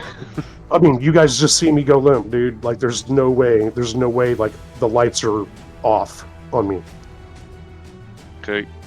That's Kraxus is going to stare down at his sort of prey that he's just finished off, to turn around and realize that it is just a small human. You know, he thought it was some sort of demon on his back, the way it was holding on. So, and then he turns to Kaelen, and that's the end of his go. And we're back up to order, and it's over to Rusko. Rusko's just going to stay next to me for now. Okay. And you're going to hear Astraea as Angus went limp. Astraea shouted out, "Angus!" Anything? Nothing. He's out cold. The two of you just saw him just drop to the floor, and he landed on the steps and sort of rolled down the steps. So he is a little bit away from them. Actually, all you hear is, and I probably can't do it over a mic, but all you hear is spurt, spurt. as the blood, like the first spurt is pretty strong. The second spurt starts just to slowly leak out my neck, and I am not moving. Over to Angus. Can you roll a death saving throw, please? Working it out. Roll a d20. Here's my question for you, DM. With DDB, the way my sheet is showing, I thought there was a place where I could roll for death saves. I thought there was as well, but I don't know. There is somewhere. Yeah, is it under conditions? Actually. You know what? No, I know what I need to. It's under actions, isn't it? And no, I just need to take my hit points down to 0. Yes. The hit points down to 0, yeah. Yeah, then it give you. And then it gives me a success failure bit. Okay, so here we go. Death save. Here we go. So that's a success. 14, success. Go for that. Okay, well done. As you guys look over at Angus, you see that he's starting to stir a little bit, and you can see there's still a bit of life in him. They see it. They see like my foot twitch. Yeah. It's like kind of alive. Right, over to Kaelen. So it's all or nothing, I think, because I don't get with incapacitated. I don't get anything. No. So I'm gonna, as I have my short sword, I'm gonna whip the dagger, run 30 feet back to Praxis, and do a two weaponed attack. Okay. So, also, hold on 1 second. At the end of Kraxus's turn, he needed to make that con save against Oh, sorry. the moonbeam. Okay, yeah, go on. 9. That failed. He had to beat 12. So could you roll for damage on that, please?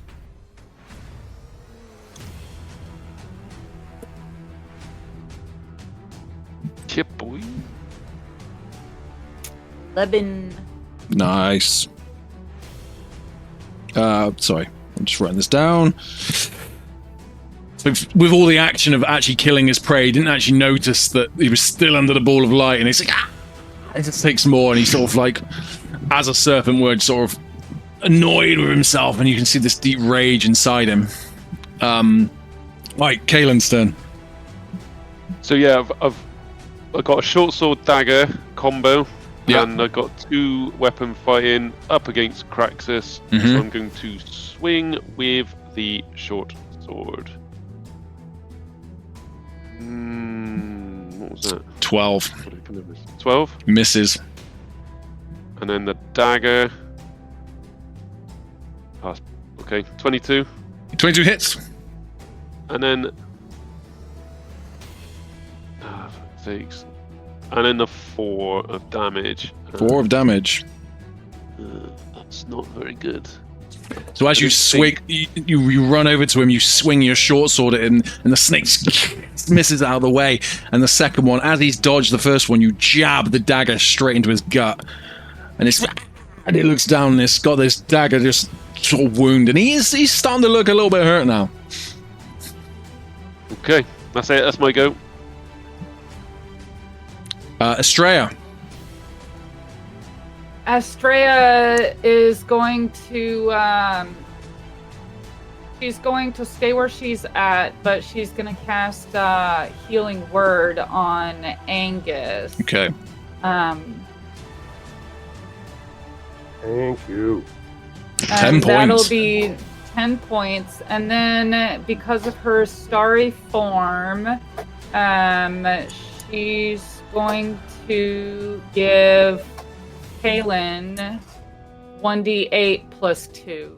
So roll that, Kaelen. Me? Yeah. Roll one. Roll a d8 and add 2 Yeah. to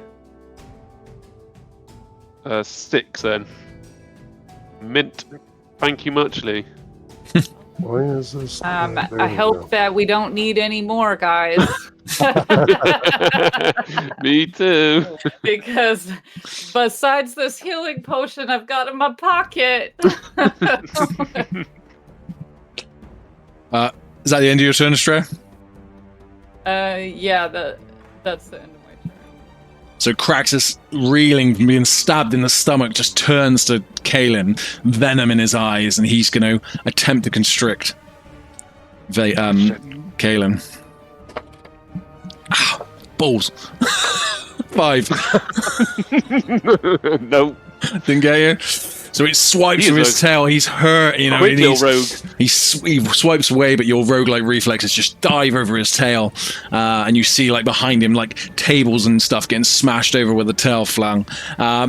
With that, he recoils back, and he's going to go in for a bite with his massive jaws, which is a 17 to hit. Shit. Yeah. Is that on him or me? This is on Kaelen. He hasn't noticed that you're up. Oh, sorry, that's the wrong one. So he hits you with a bite. That's 2d6 plus 2. So he's going to hit you for 8 points. And 8 points of piercing and 3 points of poison. Fuck you. Okay. He is going to roll for the blinding light that he is under, because that is not good for him. He's going to roll a 1. Got the poison on that? Kaelen got the poison. So, Astraea, can you roll for the damage from the ball of light, please? Yes. Please kill him. 5 points of damage. So as the 5 points of damage come in, he and it's sort of coughing up blood on the floor a little bit. It's really, his back's all singed and his scales are starting to sort of peel off of his back. His wings are feathering at the edges and sort of fraying where the sort of blinding light is burning him. And he is gonna move away, and he's gonna go. Hey, buddy. Hey, buddy. Hey, buddy. He's gonna go attempt to go towards Astraea. Get my opportunity thing. You do indeed. I do also on the ground at disadvantage. So he would have gone up here. Sorry, to go after him. Right, roll for your attacks. Who's going first? Roll Kaelen first, please. Actually, and then we'll do Angus afterwards. Okay. Oh my god, a nat 1. So you swipe away. No. As you recoiled after your dagger, you get your short sword out and you swipe with your short sword, but he's just too fast. You just can't hit him, despite being burned and gristled and smoke coming off his back. It's you miss. Angus, please roll for your reaction.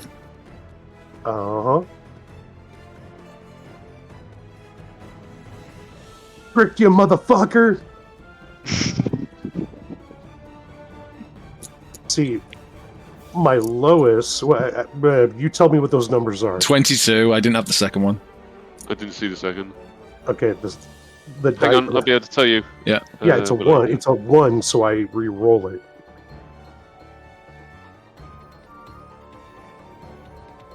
I'm at disadvantage. Yeah, so you re-roll. Roll again. So you've got 22. Is your highest. What was the So second one? 22, and the second roll will be...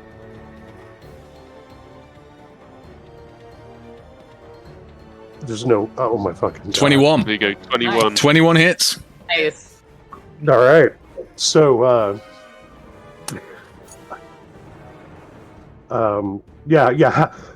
Psych, motherfucker! As he goes by me, and I smack him in the kneecap. How many points of damage? 5? He doesn't have kneecaps because he's a snake. I was going to say, not one big kneecap. I was really thinking you were going to choose the nuts again. Big nuts. You I really was- like the nuts. Really, yeah, you are correct. But Was that 7 points of damage or was that 5? Five. it's 7? It's 7. Oh, 7. Oh. Mhm. Okay.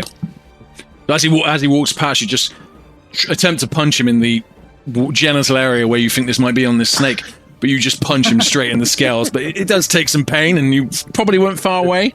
But Frick you, motherfucker! but it does go on, and it's looking at you, and it's not happy. It's not happy about what you just done. Right, end of Craxus' turn. So over to Rusco. End of his turn, did he take his moonbeam damage? Yeah, He took it at the Okay. beginning of his turn. Okay. Rusco. Oh, Rusko. Sorry. I'm gonna look down at Rusko and I'm gonna point to the opposite corner of where we're at and tell him to go over there. Oh, didn't mean to do that. Okie dokie. What is Rusco's movement by any chance? We put that in there today. Just doesn't matter. 30 feet. 30 feet. 30 feet, so he's not there. He's Put him in between the boys. he won't go that far with 30 feet. Fuck it, he can stay there. It's being a pain in the ass. He's not doing anything anyway, is he? So, all right. Yeah, he's not. Over to Angus. Mhm. Angus stands up. Mind you, he has a massive neck wound. He is bleeding badly. He stands up and repeats once again, "Fool!" Yeah, and charges Craxus. He's going to get over there. And as he's going over there, I'm not he's- sure you can get there. well, if 30 doesn't do it, then I use my cunning action Do the to same again. dash. Yeah, Yeah, it doesn't quite get there. okay. So So he can move 40, I will- so he's slightly out of your range every time. yeah, so I will Okay. cunning action dash, which is my bonus action. And as I'm running over there, it's fool. I am the proud servant and chosen of Glimwar. There is only one God. I'm not here with him. He's here with me.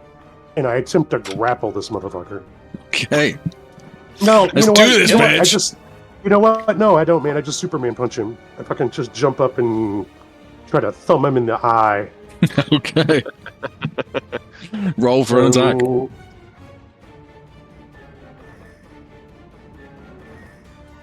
7. Nope. So as you run along, you jump and you just, and it's like hitting steel. You just go up to the floor and you're just there, pranced in front of him, looking at him, and the snake's like staring straight at you. That's it. That's it. Kaelen. Rudder. So I'm going to whip out, because I'm not going to reach him, I'm going to attempt another crossbow across Okay. the room. And please... Did you load it after your last time? So you have to use your bonus no. action to load it. Yes, Okay. correct.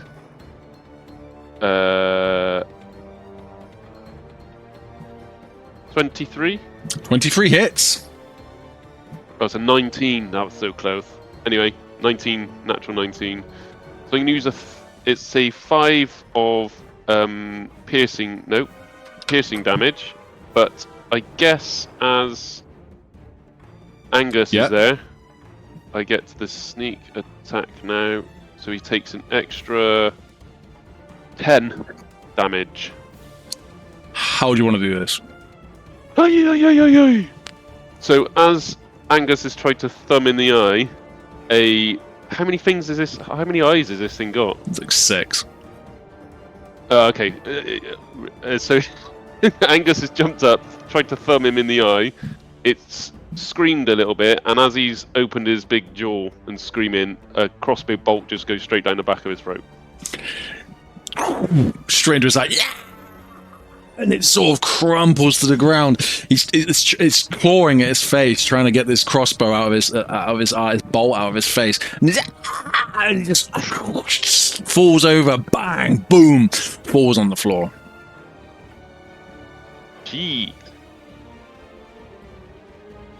I'll shout over. Angus, you okay? Angus drops to a knee. I mean, he's grievously wounded, even though he's been healed. He's hurt.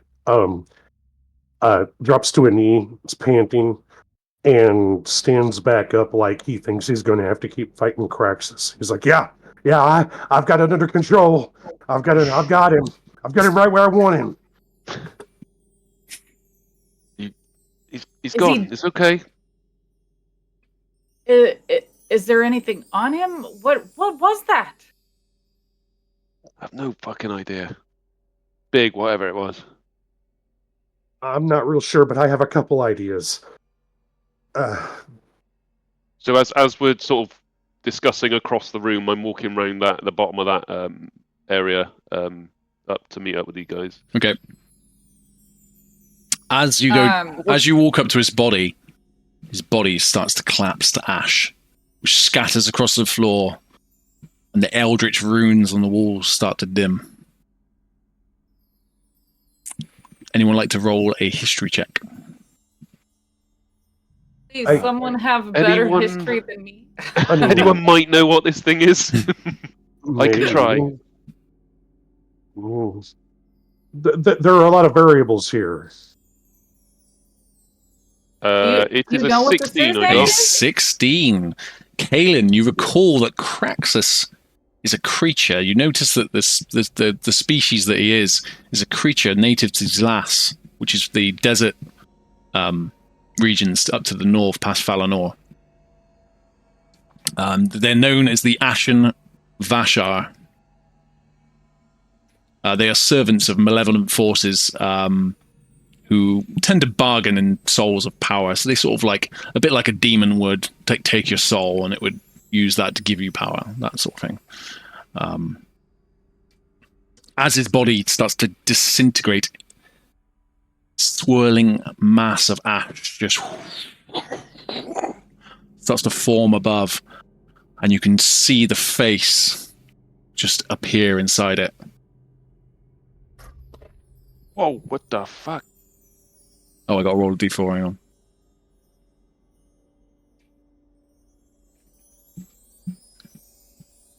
Angus, this smoke comes in your direction, and it goes down your throat, in your ears, through your eyes, and you are possessed by this, and it just... You cough and you splutter and you fall to the floor. It's coming out your neck wound, this smoke. And you collapse to the floor. I'm gonna run towards him and I'm gonna do a medicine check. Okay. You can see that the blood is now stopped in his wounds, and this sort of a pasty sort of black tar has taken over the wounds. He is unconscious for now, and he's sort of coughing. He's and you can see that the smoke is just starting to dissipate, and you see the last bits just go into his ears, up his nose, in his mouth.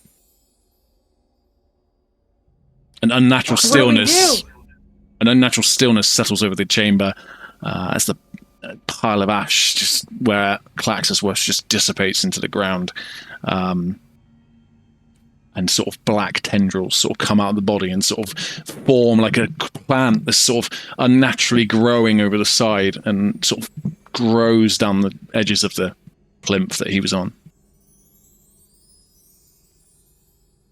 Astraea's gonna back up from Angus, not touching him. Okay. I'm gonna go over and just pick him up and not pick him up, but sort of sit him upright and just go, Angus, you alright, little man? Angus whimpers like a small child, and he is not really all that responsive to you. You hear from the mouth of Angus, sort of very wheezy breath. You meddle in forces beyond your comprehension. I will make you watch as I destroy everything you know in front of you. Oh, fuck. Also look back at Astraea. Oh, go on. Go on. No, you go. I look back. Astraea, you got any magic stuff? Any magic? I'm not magic. Any magic shit that can get this stuff out of Angus? Without warning, a ash violently whirls in the air out of Angus's mouth, swirling in chaotic patterns before conversion into one of the party members, back down into Angus, and it consumes him again. He sort of starts to sort of fit on the floor. Fuck. The healing potion that he found in the chest. I don't have anything left. I'm exhausted from all of the things we fought today. I just have no magic left in me. Angus's eyes start to glow with an unnatural searing red, and he lets out a blood-curdling scream. I'm gonna dump it down his throat. Okay. Does it do anything? roll 2d4s, please.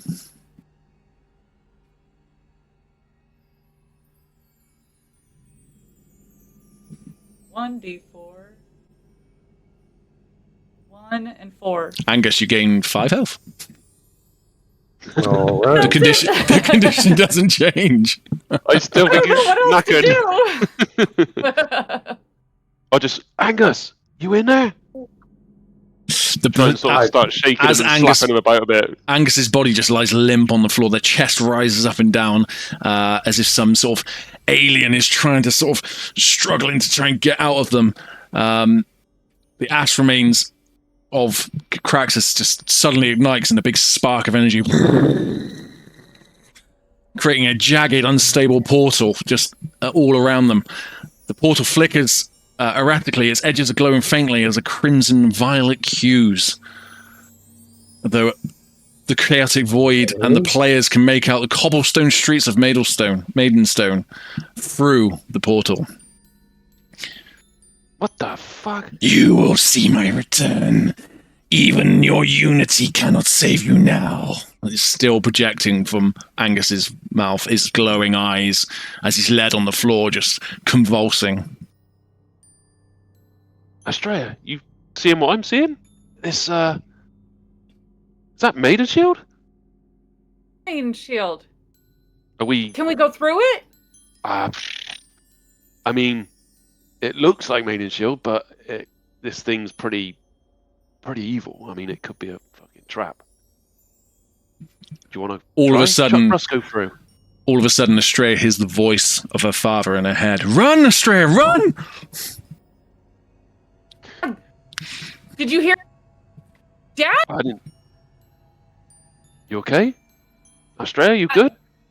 I cannot hold the portal. I cannot hold it. Come on, get it. Come on, grab Angus. Let's go, Rusko. We gotta go. My dad says go. We gotta go through the portal now. I wish I had a dad. Kaelen's an orphan. I'm gonna grab Angus. Okay. Try and pull him through as well. But go on. Okay. So the two of you, Kaelen throws Angus onto his shoulder. Astraea and Rusko dive through the portal. The portal fades. And let's have a break. Oh my Jesus head. Shit. Oh, we're fighting another Angus, a possessed Angus. I sure hope he's not like in Angus still. I don't know, but I didn't want to leave him there. Oh man. I need. Oh, It's crazy. We're going to be right back, folks.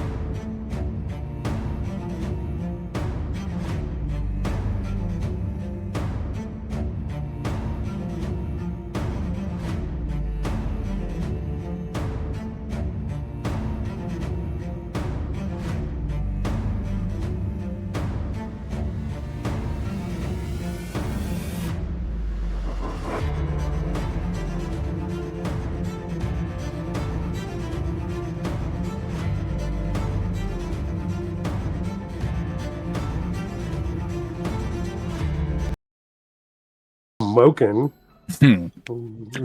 But Right. Here we are.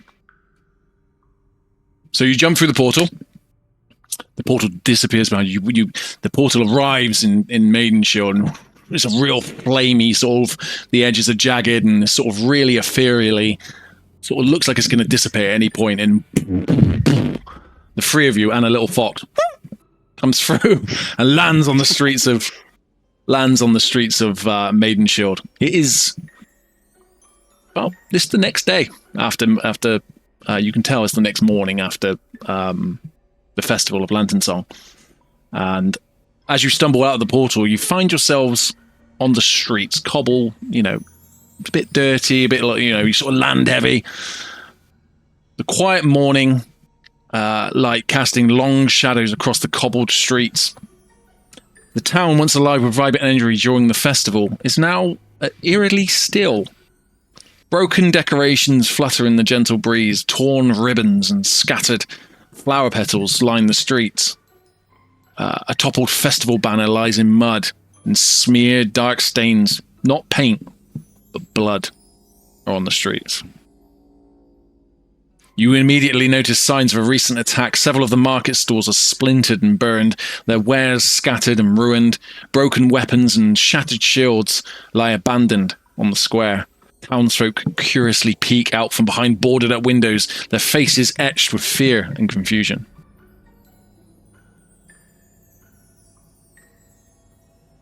What do you want to do? What the fuck happened here? I'm going to just turn to Angus and... Angus, you with us now? Are you awake? Angus's body, as the eyes have gone, and he... big heavy coffin, and he sort of sits bolt upright. I'll give him a pat on the back. Angus, you still here? You with us? Oh, Come on, little man. Did you add the health points from that pot?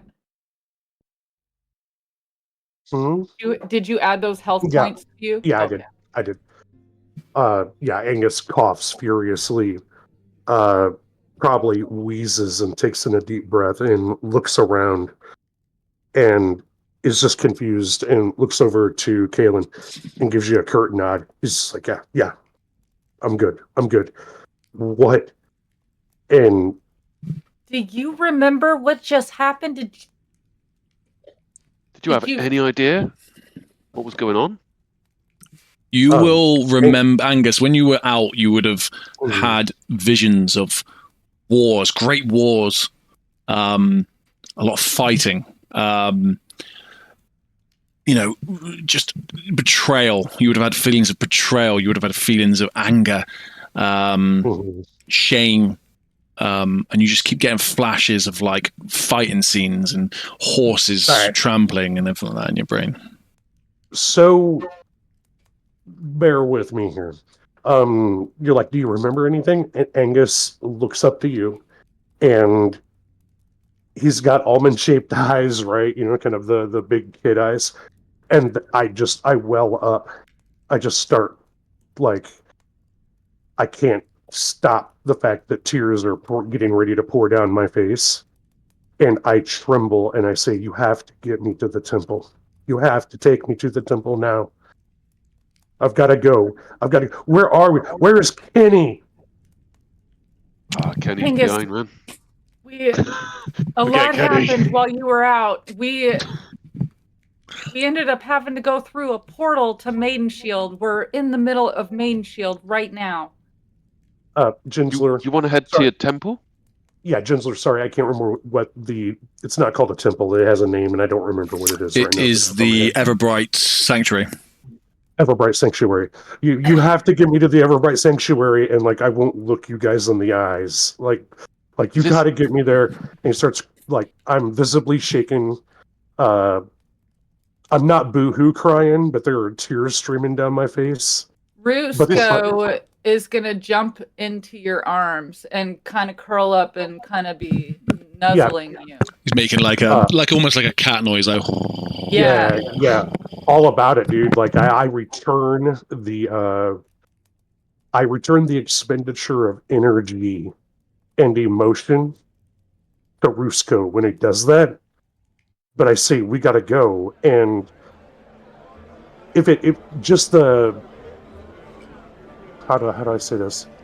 The thing that's alarming is throughout this whole scene that's being painted, this picture that's being painted, is when I start to cry, it's making clean spots on my face from the blood and the shit. You know what I mean? And all that. Like, where the tears are coming down is starting to clean off little bits of blood and shit like that. And, and it's Kenny's gone. We're back here, but what happened here? There's blood everywhere. We have to get back to the temple. I've got to go there. Get me there. So I look around. Are the townspeople looking at us? A couple of people. There's people sweeping up. There's a man. He's boarding up windows. They didn't see us come through the portal or anything. There's people staring. There was people that spotted you arrive. Obviously, it's early morning, so not everyone. The grocer that was probably sorting his stall out would have seen you. The guy sweeping would have been like, "What the fuck?" Just sort of looking over. I mean, but magic is in this world, so portals happen. But it's obviously you just 4 people just flew out of a portal. That guy that's sweeping, I'm gonna walk up to him. What happened here? Where have you been? What was that? What happened then? Was that a portal? Don't worry about that right now. This looks more emergent. What happened here? Do you mean that blood? Do you mean the attack? Is that blood on the ground? Do you mean the attack? There was an attack? Where have you been? The cultists came middle of the Lanternsong with raiders. The Sunvale Guard, they managed to fight them away, but a couple of people were killed and they smashed up. They disturbed the festival. This festival ended. Oh, that's unfortunate. It's horrendous. People were killed? Yeah. Oh my goodness. Yeah, there was. But the guard were able to stop it? Yeah, he's looking a bit wary of you. He's like, yeah, they Maiden Shield's got a good garrison. Yeah, Captain Eldra, he stopped us. Last night? Last night during the Lanternsong festival. Excuse me. Sorry. Who are you? I'm just someone who's helping out the sheriff here, but I wasn't here for all of this, so I didn't know that this happened. Okay. Well, we're all just trying to move on. We got some of the cultists were taken by the guard, but I'm just a grocer. I'm not. I don't know. I went and hid with my family. And you're okay? Yeah, I'm okay. My friend Pete was one of the ones that was killed. But oh no, sorry to hear that. He wasn't even doing. He was just drinking. He wasn't even doing anything. Just drinking at the festival and stabbed. I don't want to talk about it. I'm sorry. Sorry, is it Jaden? Where is Jaden about? Is he still alive? Mr. Slavnor? Mr. Slavnor, he fought bravely. Yeah, he's still here. I don't know where he is. I have no idea where the guard are. All of a sudden, you hear the footsteps of heavily armored sort of guard patrolling the streets. And they round the corner, their spears gleaming in the sunlight. They spot you, and and you're sort of looking around. They've had one of the woman that was boarding up and looking out the windows was with her, and they're sort of whispering in her ear. They immediately raise their weapons, and their posture's rigid and their lens tense, and they sort of, one of them, a seasoned guard with a scar sort of running down one side of his face, steps forward, and his voice is sort of booming. Halt! Who are you? What is the meaning of this magic? Angus immediately takes Rusko and puts Rusko down on the ground and behind Angus. And I posture up. Now, mind you, we look like shit. But I posture up. The guards come around. They're wearing the colors, right, of Maiden Shield? Yeah, they're the Sunval Guard, yeah. Yeah, so I whip out my honorary probationary possible deputy fucking ribbon or whatever I had, you know? Remember I was talking to the sheriff being... I could blow the whistle 3 times and I was annoying him and all that shit. Remember all that? So I whip out, I'm like, look, I'm one of you. As you're, some crazy stuff. As you're trying to explain yourself, another one of the guards shouts, "They disappeared during the festival! And now they return? They were with the raiders! I'll wager, I reckon they were with them." Look, we're with Kenny, and we're the group that Jaden Where is Kenny? Can Kenny explain himself? That's why we're here! Because Kenny's, he's stuck down there! Kenny's Down where? sleeping it off somewhere. What do you mean down where? This is all nonsense. I don't know! You were in the you were spotted in the square. You've around and you so say you fought some cultists, then you disappeared and an attack happened. We were talking to Janice as Jaden said we could help try and find him, her husband. And so we were talking to Janice. Where's Jaden? Where's Jaden at? He knows us. The captain narrows his eyes and his tone is really cold and he says, "You've got a lot to answer for. You're under suspicion for attacks on Maiden Shield. You're coming with us. Resist, and it'll go worse for you." Where's Jaden? Hold on. Jaden, Mr. Slavno is not here. He was wounded slightly in the battle. He's back at home. Captain, you need to understand that you're speaking in the past tense, like something happened here. We are speaking currently. There's something still going on, and you're slowing us down. Help us. This isn't over. You think it's over. Help us. Guards!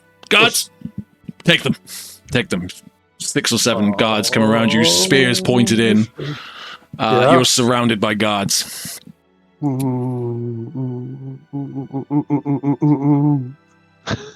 just gonna hands up.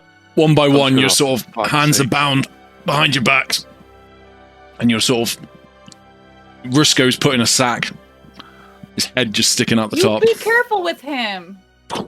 They just sort of look at you like, Right, you're marching towards the barracks, basically. As you walk, they walk you up the street, back towards the main gate, which is where the main barracks is. As you can go up, you see that there are tables overturned. You see Grunda in the distance, just walking along, quite far away, and she's sort of helping someone along. There are burn marks in the walls. There are thatched roofs which have been set alight. This place took a beating, an absolute beating.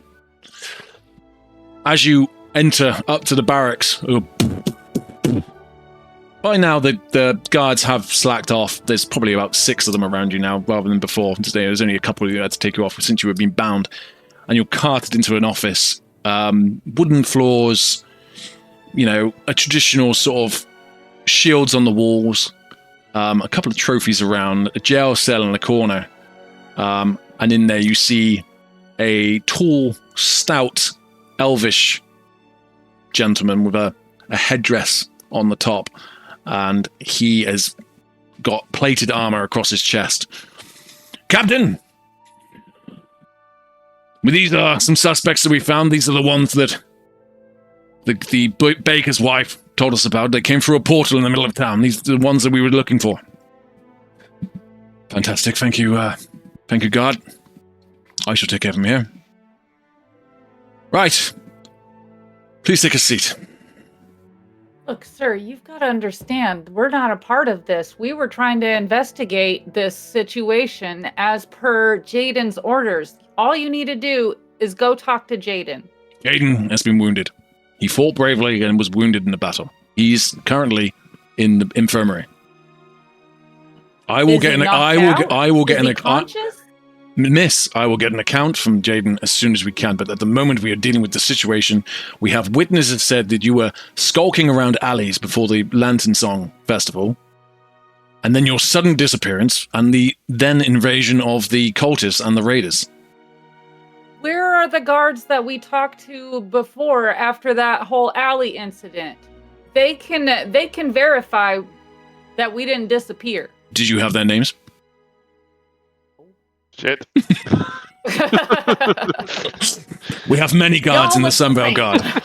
We have over 200 staff, militia ready to fight.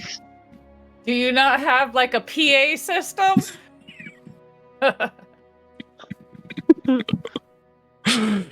No, we don't have their names. I've been muted. Captain, Captain, Captain, Captain. He looks over at Angus. Captain. Well, he looks down. Yeah, cute. We're still bound, right? Yes. You're sat on sort of stools in front of his desk. Right. Two right. guards behind you, just right. watching the I say Captain until I get his fucking undivided attention, and I just tell him flat out, look him dead in the eyes, and say, I'm a welcomer. I worked with you, and I'm still working with you.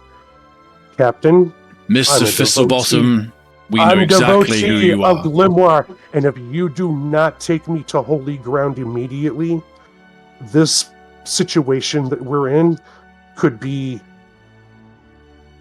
even more catastrophic. Cut the fat from the conversation, get the information from us en route or there.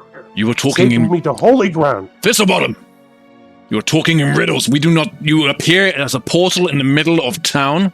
You disappear when the raiders turn up, and now you're talking of magic and holy grounds? We are not interested in stories. We want facts. Right.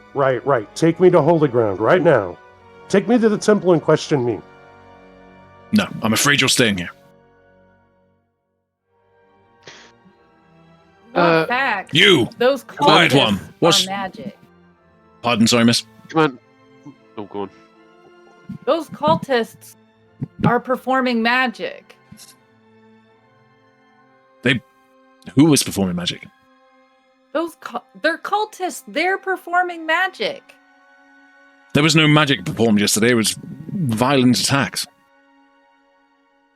They came And into town, how they did threw torches violently and attack? they threw torches and smashed windows and turned over stools. It was minor attack really, but they still Did killed. they kidnap anybody? Not that Did we they know leave of. They killed two that people. mark? 3 people, sorry. Marks, yeah. They marked the walls. We managed to kill them off. And a couple of them fled towards Evermorn. This is a bigger problem than you think it is. Is it Commander? Are you Commander? Captain Elderling. Oh, Captain Elderling. Elderling? Elderling. Do you not understand Elvish, boy? I'm not an elf. I don't know if you noticed. So if you want facts, this is facts. We are speaking with Grunda. You can check with her yourself. We were pursuing 2 cultists skulking around. And I'm obviously bound up. If you check my pockets, you'll find one of their emblems that we took off them. We took this to Jaden. He signals to one of the guards behind. Do as he says. The guard comes over. Sort of looks you in the eyes like, you're fucked, mate. And starts searching in your pocket and pulls out. Shows it to Captain Elderlin. So this was one we pulled off one of the cultists with the other 3 guards outside of the pub called Crown and Crest, I think. It was the Pickle Pig, but yeah. Pickle Pig, fuck. The other one, Pickle Pig. So we had a tussle with cultists outside the Pickle Pig. This emblem was pulled off them. I have no fucking clue what it is. We took it to Jaden, and then we were just looking for one of the guys called Lorik. I don't know if you know Lorik. Lorik Light One. Sadly, we lost him long back.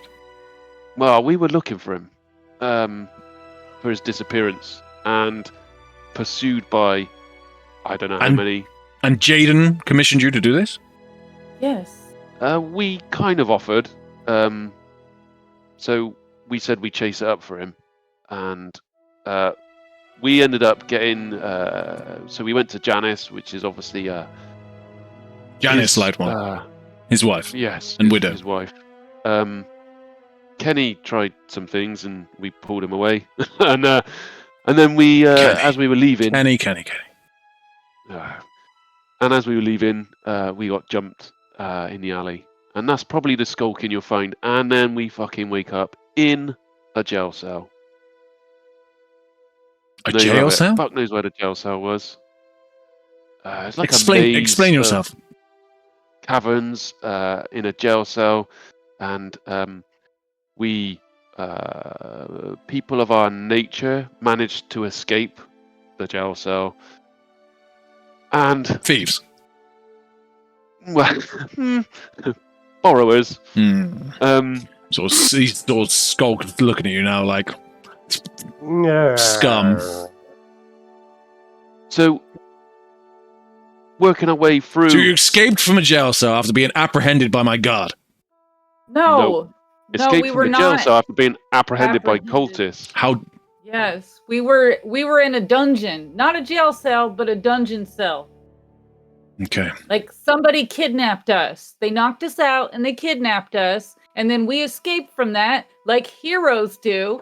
And as we were trying to get out of this maze of dungeon underground, we're not really sure where it was at. We had help with that portal.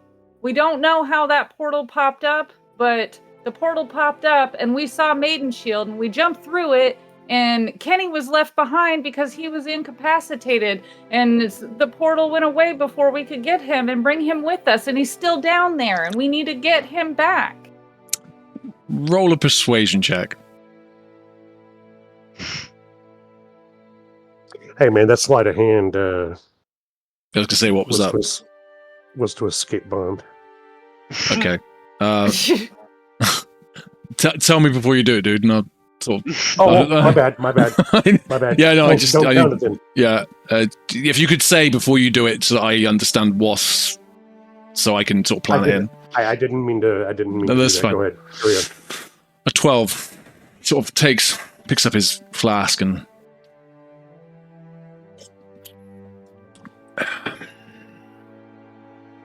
it all sounds terribly convenient from your point of view. This one, horned man, says that he has a signet. Who's to say that's not his signet? You say, oh, you went to a dungeon. Whose dungeon? What dungeon? There's no dungeons in Lanternsong. In the Maiden Shield. Like, when you what did you see? What did you see in the bad guys stuff in Maiden Shield? Are we aware of any? Have you raided all of the bad guys' homes? There could be a dungeon you just don't know about until someone gets kidnapped in it. We have explored the depths of Maiden Shield and all its underdwellings. There is no dungeons, I can assure you, miss. Well, if you want to do a proper job as a police officer and a captain, maybe you should talk to Jaden.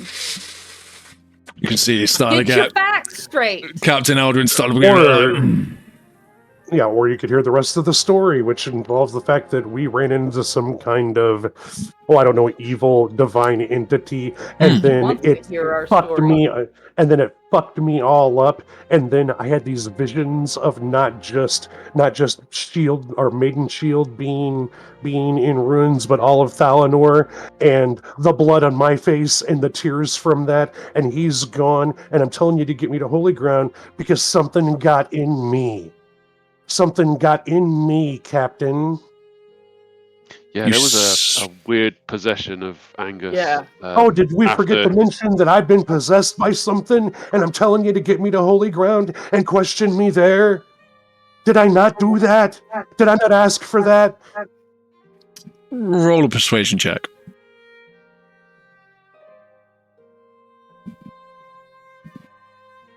Come on. Modified 1. Boom! 24. Oh, thank goodness. He strokes he's got a big, long beard, and he's sort of stroking it, and he's... Yeah, Angus isn't lying. What you speak of, I've heard of before. The spectral projections and possessions of people. Dark beings at work. This is all cultist behavior. He starts making notes. Why won't you take me Okay, to my I temple? will just let me note this down. Why won't you take me to my temple? We will take you to your temple when you are done and ready and served. We are not going to set you free without ensuring that you are not a threat to Maiden Shield. Can we not do this on temple grounds? What if he flares up and that black smoke starts killing all of us? I don't want to be killed. As you say that, you hear the guard goes to the door and he opens up the door and walks the door is Jaden Slavnor, hobbling. Oh my god, thank God you're here! Grunder is carrying him in under her arm, just sort of supporting him. Hey, did we miss the party? What's going on, my little friend?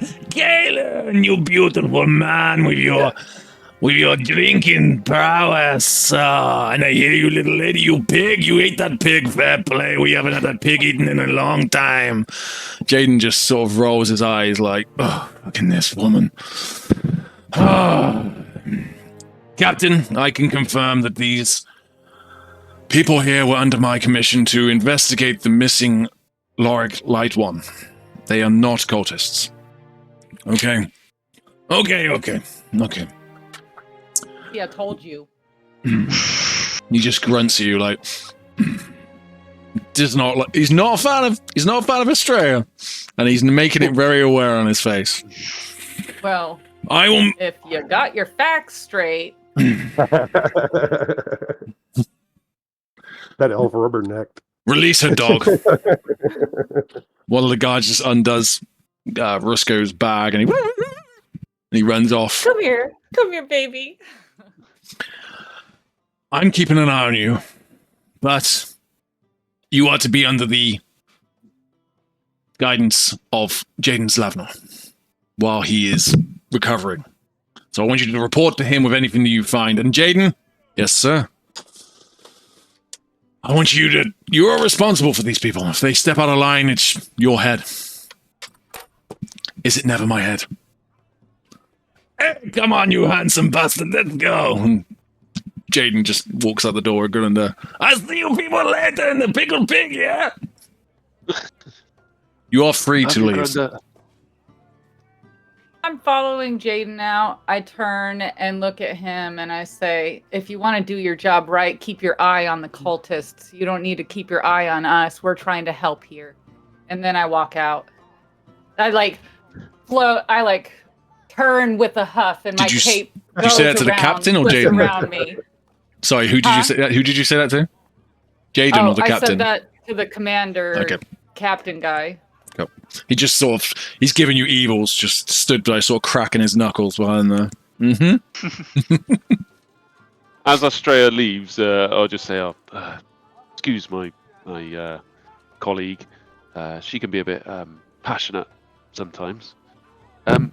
With these cultists, obviously these are ones we got jumped with, or by. And it sounds like they're the ones that attacked town.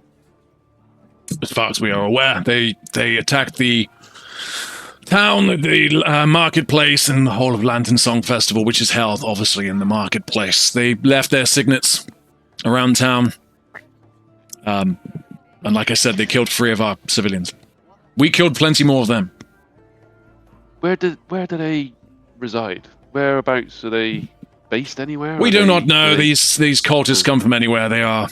Yeah, we've searched local villages and hamlets, and we can't see any trace of them. The only thing we do know is they headed in the direction of Evermorn. Yes, are you coming? Come on. You can hear me yelling from down the hall. Sounds like you better go. I'm keeping this. Roll my eyes. He's got your signet, and he just tucks it in his top pocket. Roll my eyes and... Okay. Mr. Fistlebottom, I suggest you get to holy ground straight away. I just looked at Angus. As smoke still comes out of his mouth. No, I'm joking. Right. No, Angus is just he's beaten. You know what I mean? Mhm. He's defeated is the word I want to use. Yeah, I just looked at the ground and I just moped my way out the damn door. Like the last time we interacted, there was pep in my step, and now there's ripped clothes and blood on an outfit that was supposed to be for the Lanternsong. As you're about to leave, Oh, Captain, it's like, fuck, man. the captain looks at Kaelen and just goes, "Make sure you get yourselves cleaned up. If you're representing the Sunval Guard in any form, I do not want you looking the way you do. Try the pickled pig. Or the crest and arms. Will do. Yeah. Now, good day. Leave me alone. I've got work to do." And I'll turn, "Come on, wee man," and just sort of ruffle Angus's hair. "Let's get you to this sanctuary." And then we're going to head... so, as we come out, are we in the marketplace, or we by... Oh, So no, we're by the you're- front gate. Aren't we? Yeah, so the front gate, as you walk through the gates of Maiden Shield, it comes into the marketplace. So it opens up into a big square. You've got market towns, market stores all down either side with big, tall, two-story buildings. It's quite an open sort of expanse, just sort of welcoming. You can see the Everbright Sanctuary, sort of the spire of it, sort of peering up in the distance, and on the gates is where the barracks is and the sort of castle structure, the fortress structure. So any military guards are usually found in that sort of gate area.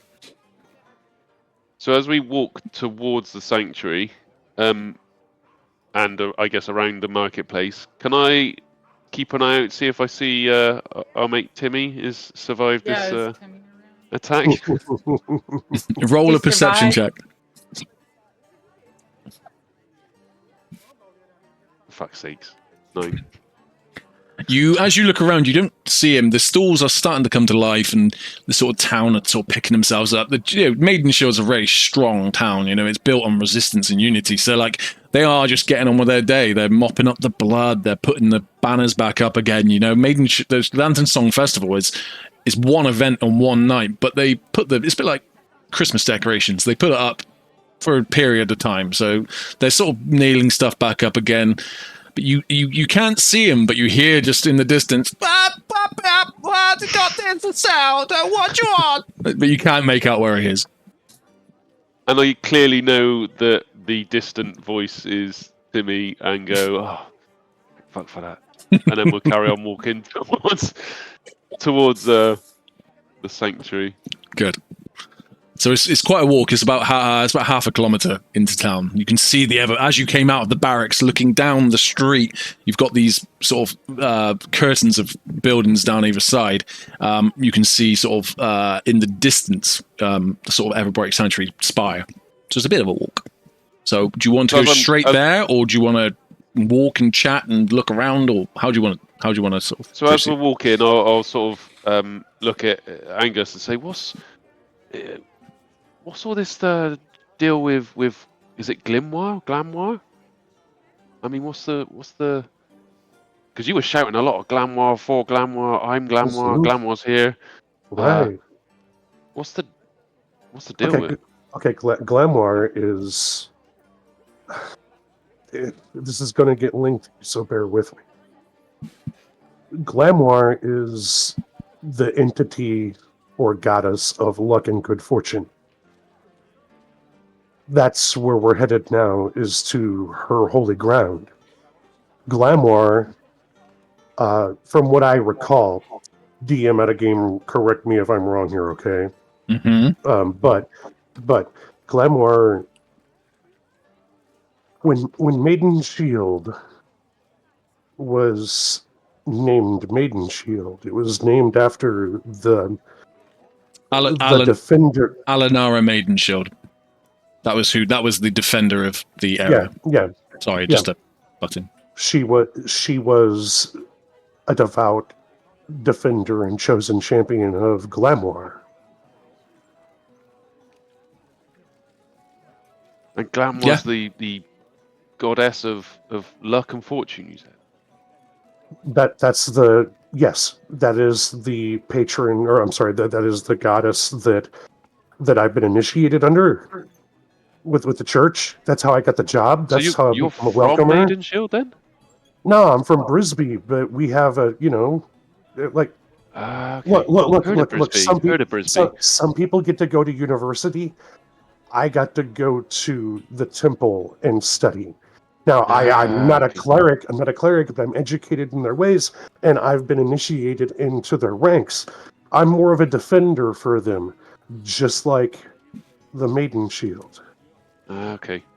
So, And you reckon it was the Glamoir's linked this little wisp thing that we saw? That was absolutely, Glamoir has been talked about. You're 100%.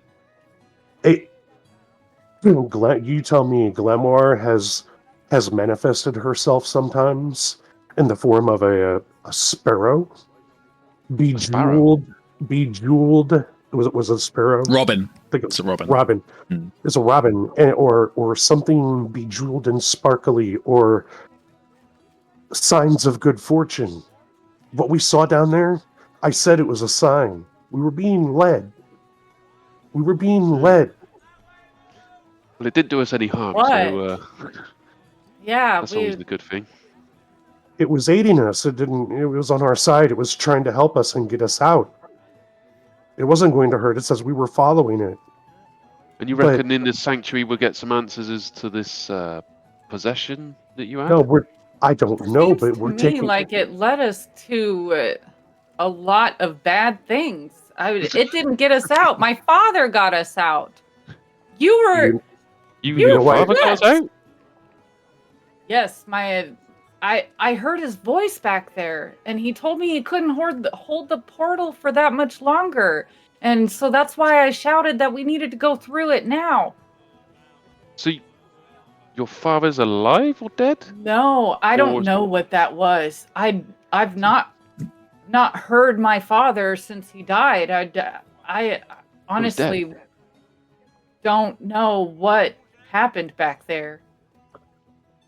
Well, it sounds like your father might have saved us, but I'm telling you right now, Grimoire led us there to take care of it, to destroy it, or to know its secrets. And yet,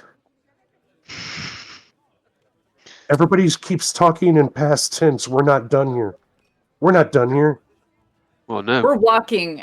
We haven't You're stopped. You're about halfway. I just want to make sure we're Yeah, going. You're about halfway now. Yeah, we're not done here. I need to go to my superiors in the temple and make sure that I'm not possessed with some kind of evil that might have been sleeping or waiting or biding its time. I need to make sure that I'm in the right state to represent Glamoir's. Do you feel Are okay? there, Do you feel are good? there cleansing rituals? Can we take care of this? I want to find out. This is Look, weird. we can answer to the sheriff. I'm also answering to the temple priestess. And this is some spiritual divine shit. Do you feel normal right now? No, I don't. I don't feel normal right now. Why, what's up? What do you feel? You don't feel any everlasting effects of the possession that you had, but there is you've almost got like not PTSD, but you've almost got like no, you're scared. You're scared. I'm haunted from the things I saw, but that's what I'm getting. Shit, Angus. Yeah, you look right. Shit. Look, I'm covered in blood. Even though I'm healed, I'm covered in dried blood. My clothes are ripped up. I've had a massive wound in my neck. Right, we fought some kind of entity guardian thing to this place. Right, all of this needs to be reported to a divine faction. Like this is beyond the law. And how do I feel? I feel like whenever that thing interacted with me, it took part of me, and it showed me things immediately that scared me and haunted me. And I want to talk to my priestess. Right. I want to find out if this can go away. I want to go find Kenny. Kenny will be fine. He's a big and ugly man. He can look after himself. He'll shag his If way out of that anybody dungeon, can get don't out worry. of there by himself, it's Kenny. Yeah, well, we hope. But when I was talking shit, here's the problem with that. When I was talking shit, I was yelling that I'm Glamour, and not that I'm Glamour, but that I'm a representative of Glamour, which I am. I'm Glamour. At that point in time, I was the extension of the good divine to try to fight whatever this thing was. This thing told me in my head. It told me in my head that I mentioned Shield Maiden, Glamara Shield Maiden, and the voice told me what makes me think I'm in Shield Maiden or Maiden Shield. What makes me think I'm there? Which makes me think we weren't underneath here. It makes me think we're somewhere else. I don't think we were underneath here. Yeah, we don't see any signs of that. So Kenny just wandering and finding his way back?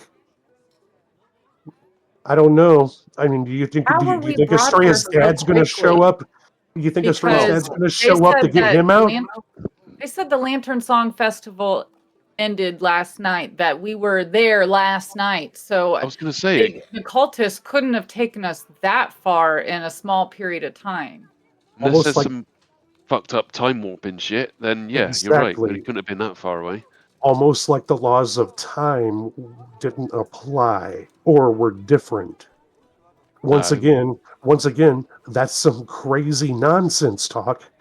But we're not going to get any answers from the sheriff. We're going to get answers from the priestess or the priest or the clergy. I hope so. I hope so.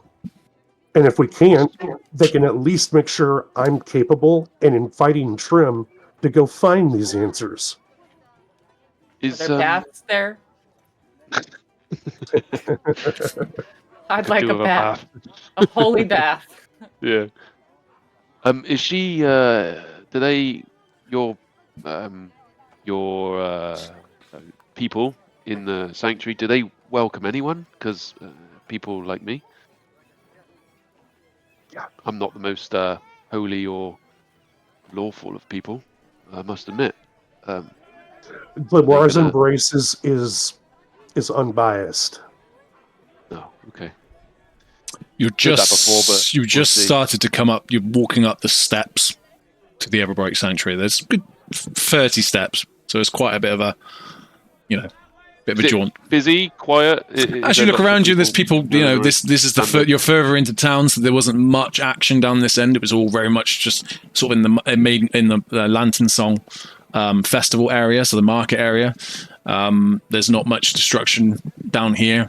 People just sort of discussing and whispering. No one's paying you any attention. It's just sort of people just discussing the events. You're sort of hearing, do you remember what I heard? Oh, they killed this guy. And, that sort of thing. I can't believe what they did. That's what you can sort of hear as you're going along. I got to get some vegetables. When we walk in before, when we left, you said there was a load of stuff over the walls. They sort of the signets, they graffitied the walls. They spray. They not spray. The eye signets. Yeah, they sort of cast like a glyph on the walls.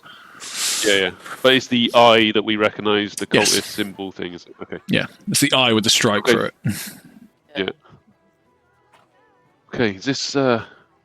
What do we do, Angus? Do we knock? Where do we go? As you're walking up this big grand flight of stairs, which tapers at the bottom. At the bottom, it was probably 20 feet wide, but it tapers as it goes up. It's a slight hill in the middle of Maidenshield, which goes up, which the Everbright was built on. This is, so say, the burial place of Alara Maidenshield. And as you walk up, you just see some big, huge sort of metal gates, just doors in front of you, and you're going into a big sort of cathedral-esque building. Oh, fucking Angus, you lead the way, man. So, are there guards? No guards. There's no guards. There's no guards at the sanctuary. There's a homeless guy over to your right, but just sat on the steps. Gotcha. But there's no the guards haven't come this far. Okay, so what happens is as we're walking up there, I take out I reach in and grab a coin out of my coin purse, and I toss it over to the homeless guy. So I'll just take, a fucking silver piece off. Glam will be with you. And he grabs it, puts it in his pocket. But I don't say anything though, and I keep, I make my way to the gates. If I can get through them, I do, and make my way up the stairs. It's big doors. So it's big doors, just like to the sort of front of the chapel. You imagine like a traditional church. You got the big doors on the front, and then you go into the sort of cavernous part of the cathedral. Well, not cathedral, the sanctuary. Okay. You know what? I knock. I knock hard. And as you do that, the door just sort of opens a little bit. You pushed it open. Push the door. Yeah, I push the door open and I proceed. But I did knock first, and go in. As you walk in, it's like I've said previously, like a cavernous space. All stone built, stained glass windows up either side depicting the battles that Aliana managed to shield, basically defended the region. Sigils of her just guarding her shield, and right in front of you is a huge statue of Alanera, grasping her shield, sword in hand, solid gold. Straight away, it looks like solid gold. It's gold going up there from top to bottom. It's probably 15, 20 foot high, this statue. There's a few priests and priestesses just sort of gathered around one reading books. There's a gentleman sort of on his there's like a pedestal as you go in, and he's just sort of stood there just with a book in his hand reading.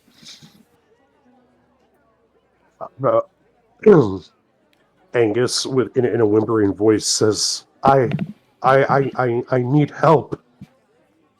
Loud enough to one of them. You walk up. It's a high elf gentleman. You notice this to be Alaris Dawnshield, who is this sort of high luminary of the sanctuary. He's a sort of radiant figure. He's got golden hair, piercing emerald eyes, and he's got sort of a little dagger by his side. But he's dressed in robes. He's not a fighter. He's just sort of got this sort of utilitarian knife on his side, and he's got a huge symbol of the of Alanera, which is this sort of sun, sort of with the bottom pulled long and a shield behind it.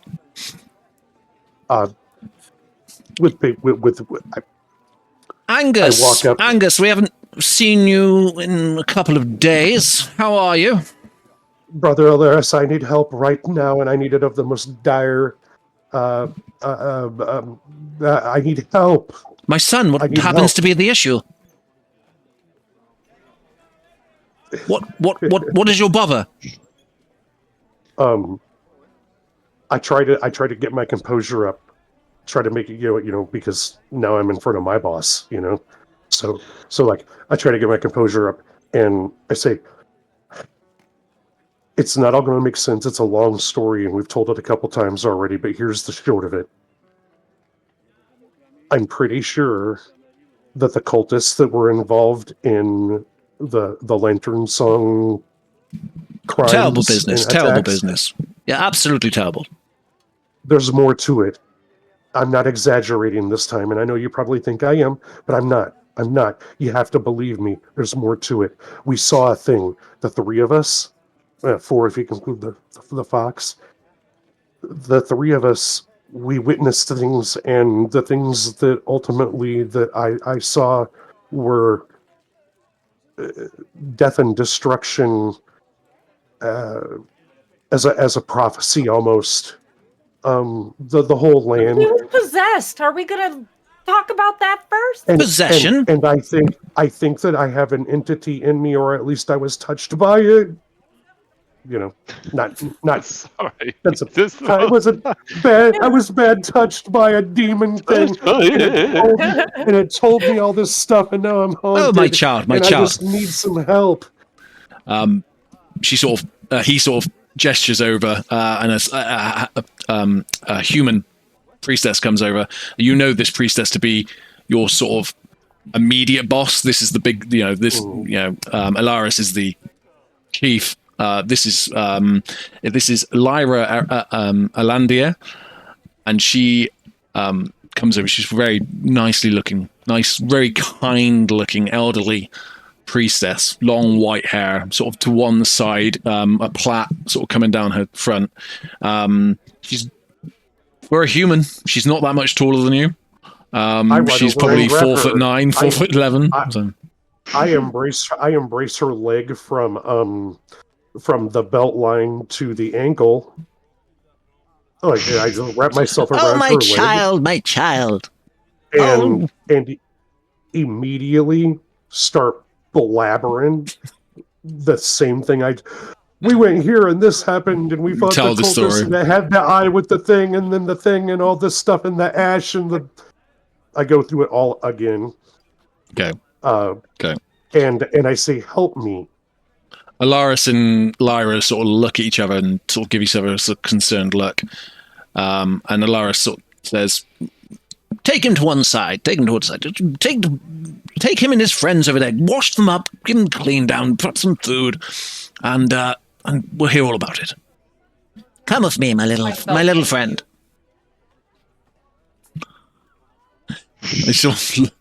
Alaris sort of rolls his eyes.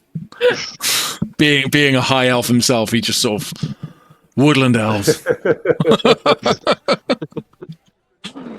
And Lyra takes you over to a corner, sits you all down. A couple of people bring over some sort of water and some washing facilities, some bowls and stuff like that, and put them down next to you. A bit of bread on the table. While that's happening, while all this is being kind of going on, I do introduce both of them, Kaelen and Astraea, and I immediately just start talking about all the things that would build integrity to Sister Alandria with them, like to build a rapport. It's just like, look, man, you know what? I'm pretty sure I was about to die, and she saved me. She saved me. She could have left me, and she saved me. She looks over to Astraea and sort of just nods her head and says, I thank you. I thank you. He's a treasured one, is our Angus. You don't get a kinder soul in this part of the world. Maidenshield is full of wonderful people, but Angus has got a soul and a heart as big as the world. That one over there with the crack horn, he carried me out. He carried me out when I couldn't walk. And he got me here. I thank you, sir. And she sort of shakes your hand. Looking very out of place. Kaelen is in a holy sanctuary of this magnitude, and sort of like. And because you're a tiefling as well, and the way you're dressed, you're getting quite a few looks. You're a rugged-looking bunch, and they know Angus, and Angus is obviously covered in blood. He's got ash all over him as well. Astraea with her dog, it's an elf, so they're just kind of like, it's got that holy sort of resonance about them. But Kaelen in particular is getting eyeballed, and he's starting to feel a little uncomfortable. Like he's starting to feel a little like he's fucking a little uneasy. He's fucking tiefling, dude. He's got the taint. He's in church. He's got the taint. But like then I'm still pulling my hood up over the half horn, and I do look up to the good sister and meet her gaze, and I say, "And Kenny, we had to leave him behind." And my voice cracks. Behind. Kenny Power, that devil. We had to leave him. Don't worry, my child. Don't worry. It's not your fault. It's not your fault. This whole affair is not your fault. Sure. Is there anything we need to do for him? Do you guys have any rituals or to make sure he's not still possessed? I'm really concerned about this. So she's old school doctoring it at the moment. She's looking in his ears and looking up his nose. Thank you, Roxy. Thank you so much. I need somebody to fucking cast a restoration ritual on me or something to make sure some shit doesn't come out of me in 2 game sessions. Like, poke out your tongue, please. I'm very concerned about this. I am too. Poke out your tongue, please. Tongue depressor. So Angus pokes out his tongue, and she just sort of puts a wooden sort of prod in the back, and just sort of looks around. Well, you don't look too bad, but I suppose I better make sure I get all those demons out of you. You're fine. Well, and she just a big bolt of light just comes out of her hand, and she holds it on your chest, and she just sort of looks down and just mutters a few words under her breath and just well, only time will tell. you know? It What- doesn't seem to what appear... was that? There doesn't appear to be any current incarnation or possession in your person, and you just... Angus, all I can say is continue to be the best person you are, and if something was to come of this, then we will object it further. But at the moment, there doesn't seem to be any sort of element. So I'm good? What you discuss is a story as old as time. No, we don't. She doesn't know. We don't know. No. Excuse me, miss. I have known Angus far longer than you have, and you come in here accusing me of not knowing my own craft. I suggest you either be quiet or leave our sanctuary straight away. Look, You see, people are starting to get a bit like, what's going on? Like, Lyra never kicks off. Like, what is going on here? So here's the thing, Astraea. I think we have the immediate clear, and we can look into it at this point. Something's not going to hop out of me right now, I don't think. And if it does, it's on the temple. It's on the temple grounds. So we can take a breather here. We can try to put the pieces together and figure out how to move forward. Figure out how to get Kenny. Excuse me, Miss Lyra, is it? Yes, my horned friend. Sort of looks over at Astraea, just dogged her up a little bit. I'm not big on magic and demons and possession and stuff like that. But do you know what happened to him, or not? Well, there has been stories in the past. You know of the Whispering One, right? No. Do you not? Do any of you know of the Whispering? Angus, we've talked about this in our classes. I was trying to tell them about the we had there was a hieroglyph or an etching of the body and the spirit leaving the mouth and the fracturing and the children, the resurrection of the Talor, over God and the resurrection. I tried to bring it all up because I thought I had a hunch, but as soon as I thought I was putting it all together, sister, this guardian showed up, and then Guardian, you say? Story. What sort of guardian? Yeah. Wow, it's like a Astraea, explain it. We're talking about the winged thing, right? The Praxis. snake. Yeah, Yeah. Praxis. Okay. It was this like dragony snake thing. It had wings and it was kind of really, really big, and it was whispered. There were lots of whispers in our head, and that got louder when we entered the room where he was. And I think his name was Craxus or something. Show her the writings on the wall. Show her the writings. Okay, so I'll pull a notebook out of my backpack, and I'll draw what I saw written on the wall. Okay. And it said on one side it said something about vow to protect the sacred secrets, never to betray, and my heart honor should remain in the darkness I guard. Doesn't that fit? So, as you know, these cultists have been coming into town. They are called the Ebon Whisperers. They are a band of cultists with a... Let me start at the beginning. When Halfray... You that don't know, this is the continent in which you live on. When Halfray was built, Talor, the then god, created everything. Created it equal. He had 3 sons.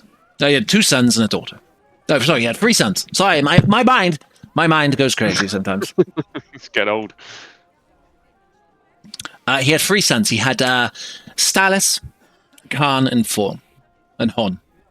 Hon, as you know, is the god of light and day. Khan is the god of night and dark. And Stalis is the god of sea. These sons desired their power of their father all to themselves, so they, with them and their children, Glamour and Pine, Shanti, they all fought and battled with Talor, banishing him. and defeating him. Children fought the fathers. Stalis, it is said that Stalis was the one that dealt the final blow, god of the sea. Now, as we've known all our lives, forever, for thousands of years, these are the gods that we pray to. Hune, Khan, Glamour, Stalis, Shanti, Pine, they are our gods. But the cultists are convinced that they can resurrect the god Talor. Obviously they are wrong, and obviously they are deluded, but they are getting more vigorous in their endeavors. They seem to think that they require the souls of people to make him stronger. When the soul is sacrificed, it is said that you hear his voice boom in your ears. This is the continuation of these attacks. This is why we are getting attacked in this way. Obviously the cultists are wrong. This is absolute folklore. You can't resurrect an ancient god. The gods are the gods. Talor was banished, and the Whispering One is just a myth. It's an absolute myth. Wow, there was a bit of whispering going on in the dungeon that we were in, and just to clarify, if it's not a myth, can this Talor or possession possess animals as well? Because there's this Craxus-looking snake thing, and I did when you say recognize that, actually. I think. Go on. It was it's from the north. It's in the deserts. It was like a Ashen Vashar, is it? She sort of that triggers something in her brain. She walks over to sort of big pile of books that she's got in the corner, and she's yeah, and she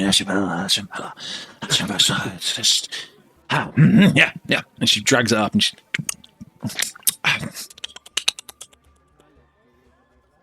the Ashen Valar. Yeah, that's the one. Not much known about these. Says that they come from the region of Zlas. Good understanding. These are a rare creature. They're malevolent in nature.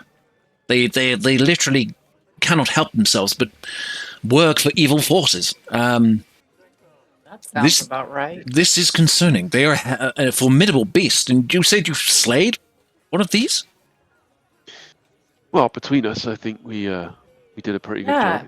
And when it turned to ashes, it then went all up into the orifices of Angus. And his eyes went black, and he said some stuff in not his voice.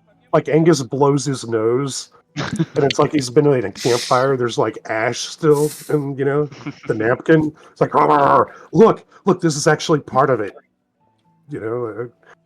Can you do a test on that? Lyra sort of right. Holy water here? Can we like Lyra give takes him some holy water? Rag and sort of goes, oh, okay, I'll look into that. By all means, Angus, drench yourself in the pool of wisdom at the back. It's blessed water, but by all means, I suggest taking a bath in there. That will diminish any sort of potent ailments. But this is concerning. I have never heard of possession. From what you say, sounds otherworldly.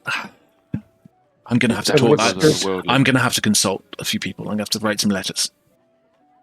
Okay. Briefly, sister, and then I'll leave you be. How do you want me to proceed? I'm telling you right now, we left a friend behind, but I don't know where we were. And I want more than nothing to find him. Angus, follow your heart. You know what needs to be done. Search for your friend Kenny. For he has plenty of friends. But look for clues, ask for questions. I cannot help you on this. I do not know the realm or plane or dungeon in which you speak. Okay, then respectfully, now that we got to this point, what's going to happen is I'm going to get my friends here after we're all wrapped up, and we're going to the Pickled Pig and getting shit-faced. I'm sorry, I didn't mean to say that here. She sort of chuckles to herself. I I don't blame you. I don't blame you, friend. Definitely. You look like you all need a good Yeah. rest. Let me investigate this further. I'll write some letters and speak to some people and see what I can find. But I am a little bit confused about this possession. I need to investigate. This isn't really my level of. I'm healing in possession, but the being. You're talking about gods. You're talking about. I need to do some further research. Come I'm back to me in a talking few about- days. Thank you. Yeah, I'm talking about things that my mother and grandmother told me stories of, and now I'm thinking they're true. Every I'm myth thinking is maybe based just on old stories. Angus. Every myth is based on knowledge. You know this. We have found throughout time that myths are just stories, and that are told, that are based on truth. There's Alright, always some element. I have to be able to process some of this, and I think it's time to go get pissed and just kind of look at Astraea and Kaelen. I'm like, yeah, I think we're good now here. And how about you two? Just- Are we good? Yeah, no, we'll go. Just sorry, sister. One quick question. Do we mention this outside of here? Are we good to talk to other people about it? By Do you all want us to keep means, it under I wraps, or- talk to who you want, but this is a far-fetched story. And I'm not saying I don't believe you, but this is far-fetched, you know? Mhm. You will struggle It to was make far-fetched. some believe you. You may have to deceive your way into trying to get information other ways, you know? I cannot say lead with this questioning. And these stories, you may get laughed at. But do pursue it. Yeah. And see how you get along. And please come back to me in 2 to 3 days, and I will hopefully have some information for you. We will do. Okay. Thank you. Thanks, sister. Glamour be Yep, with you. and yeah, I go over to Astraea and I'm like, Ruska, let's go get shit faced. Let's go. Let's go get shit faced. This seemed a little bit pointless. Damn. Nothing Yeah. happened. No answers were given. Hey, if only Nobody if knew only it. you had a healer among you that could do something, eh? That healer needs an ale and a rest. Yeah, totally, she does. So where you guys heading to? So I'm gonna scuttle out back onto the main stairs that lead up to the big door. Okay. I just go, Angus, Astraea, do you want to stop anywhere, or should we just directly head to the Pickled Pig? I mean, Let's The, go to uh, It's the about Commander- it's about 9 o'clock in the morning. okay. Okay, so with that, I'm up for day drinking. I gotta say. I You was gonna guys, say- if we don't have to do this right now, because clearly we need to like clean up and rest. But I was thinking about it back when we were inside there, and if we're gonna get any answers as to where we were, I think maybe we need to go back to see Janice, because that's where we were kidnapped. That's the last place I remember being before we woke up in that dungeon. And so Okay. there might be clues. Whoever took us, maybe there's clues there. Hey, I agree. Good Yeah, thinking. we could check it out. Might be. Why? Oh, no, we don't have to tell him now. I mean, And now that I'm thinking about it, something has come to me. She mentioned when we were there, she mentioned something about a crypt, like Eldrin's crypt. okay. Do we feel Let's go. like we were in a crypt, or was this a different place? It was a bit crypt-like. Right. Very sacrificial, kind of chambery looking stuff. Yeah. Let's go and ask her. Yeah, we need to know more about this. Do we know anybody who would know anything about stuff like that? Well, Probably. Jaden doesn't seem to know. Commander's not going to be too helpful. I mean, he doesn't like you, does he? So Well, it's going to be a struggle. he's not very good at his job, so I wouldn't want to go to him anyway. Yeah, he's definitely not very good at his job. She did. No, didn't she say Lorik was mentioned something about Eldrin's crypt? You're right. Yeah. Maybe Okay. that was the crypt. I didn't see anything that said Eldrin's on it. Did you, Angus? Did you see I any mean, Eldrin? I don't think they put signs No. advertising labeled. it. Eldrin's crypt this way. You are No, here. no. But what you just brought up could be our opportunity to go back and get Kenny. Yeah, that's what I'm saying. Maybe. I mean, we got the map now, so we know what it looks like. Yeah, at least we know where he's at, where we left him. Wow. Then it's back there. Then it's settled. Like, What, like, day drinking? Is that what we're doing? We're doing day drinking? Yep, day drinking. We'll take a long rest, and then we go rescue Kenny. I was getting ready to say, unless one of you lobby to Angus to take the break and go get shit-faced and get a meal and a bath and all that, the only thing Angus is doing is like going and getting his weapon belt, and Look, then he's Angus. going back out to that crypt so he can go find Kenny. I Like, look down at Angus and I put bust my it hands up, on like- his shoulders and I'm like, look, Angus, I know you want to go help Kenny now, but there's nothing we can do until we've gotten a rest. We've had too much happen. I have no magic left. There's nothing. I can't heal if something happens. We need to take a rest. I look down and I kick a rock, and I'm like, "You're right. He's at that healing pool. He's at that healing pool.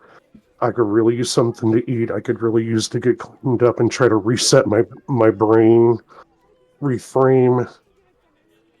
I agree. Let's go get shitty.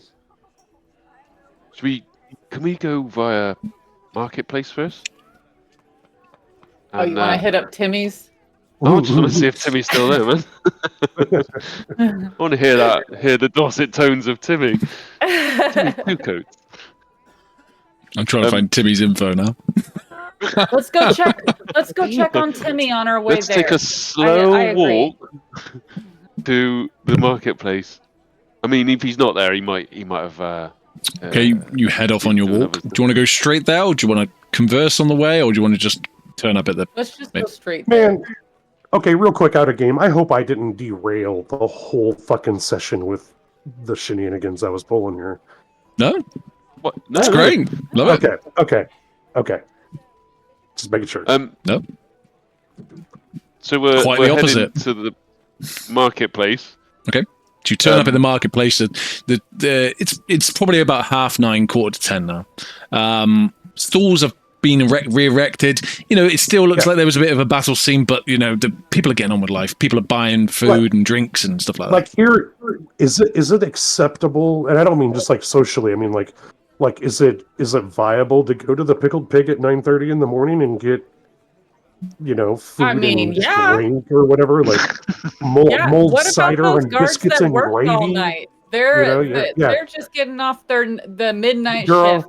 I was going to say third shifters, right? If I can Yeah. roll it in, dude. Fucking coffee and breakfast food and shit, with beer, you know. So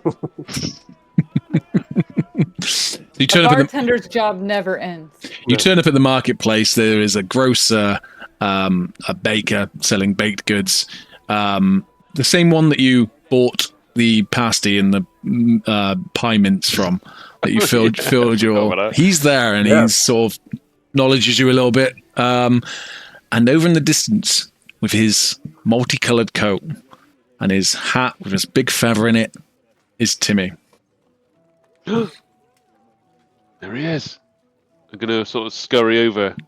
Timmy, you good? Thank goodness you're okay. Hello, my friends. Hello, my friends. How are we today?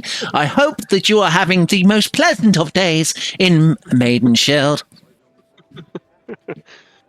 Oh, We heard Timmy, there man. was all kinds of ruckus. Are you okay? Oh, you could not have believed it. Did you not see it? No, we missed it. We missed all of it. There was battles to the left. There was fireworks to the right. Houses on fire. Windows shattered. Luckily, me, Timmy, I did my part. I can't tell you what that is, but I did my part. And we saved Maiden Shield. Oh, Timmy. We saved. You did. Myself, I was alongside Jinz Lavnor, hero of Maiden Shield, and I served to protect. Do you need a hand? Is your stall good? Are you all set up, good to go now? Are you? Timmy's magical goods and other items are available as per usual. How can I help you, sir? Oh no, I just wondered if you need a hand setting your stall back up. He sort of rolls his eyes like time waster here. Have you gotten anything new in, Timmy? Well, as you mention it, young miss, we do have a couple of new items. Would you like to hear my inventory? Yes. Would we ever? Recently in today, we have the Everthal Canteen. It's a small flask that refills with fresh water every dawn. Does that tickle your pickle? We also have the Patch of Patching. A single-use adhesive patch that instantly repairs and small tears and cracks in objects. That's amazing. I know. Some of these gifts are mythical items that I sell. It's just but a price of their true worth. Fucking revolutionary, that one. But The feather there's more. We have the Feather of Gentle Descent. Oh, no, that's... The Map of Minor Clues. The Stone. We have seen you. Is this a map you made? We've seen your work. It's a crude magical map with highlights the general direction of the next stage of your current quest. But you didn't answer my question. Wait a minute. Did you make this map? I cannot actually tell you where this map comes from. Some say that scholars wrote it many moons ago. Angus is already digging in his coin pouch. Right, he's already digging his coin pouch, even though Astraea is like, dude, we know what your maps look like. Angus is like, fucking sold, dude. They're getting more maps. You want to buy What is maps? this feather you said? The Feather of Descent. The Feather of Gentle Descent. Allows the user to fall safely from a height, but only once. How much for that? Oh, and then he goes over to his book and he looks up and down.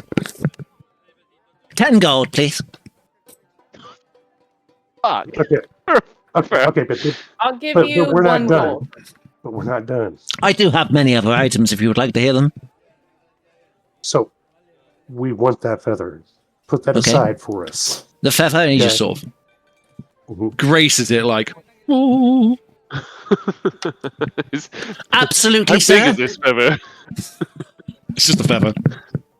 Looks like a feather. I'm gonna get bamboozled no matter what I do. You'd be fucked if it didn't work, though, wouldn't you?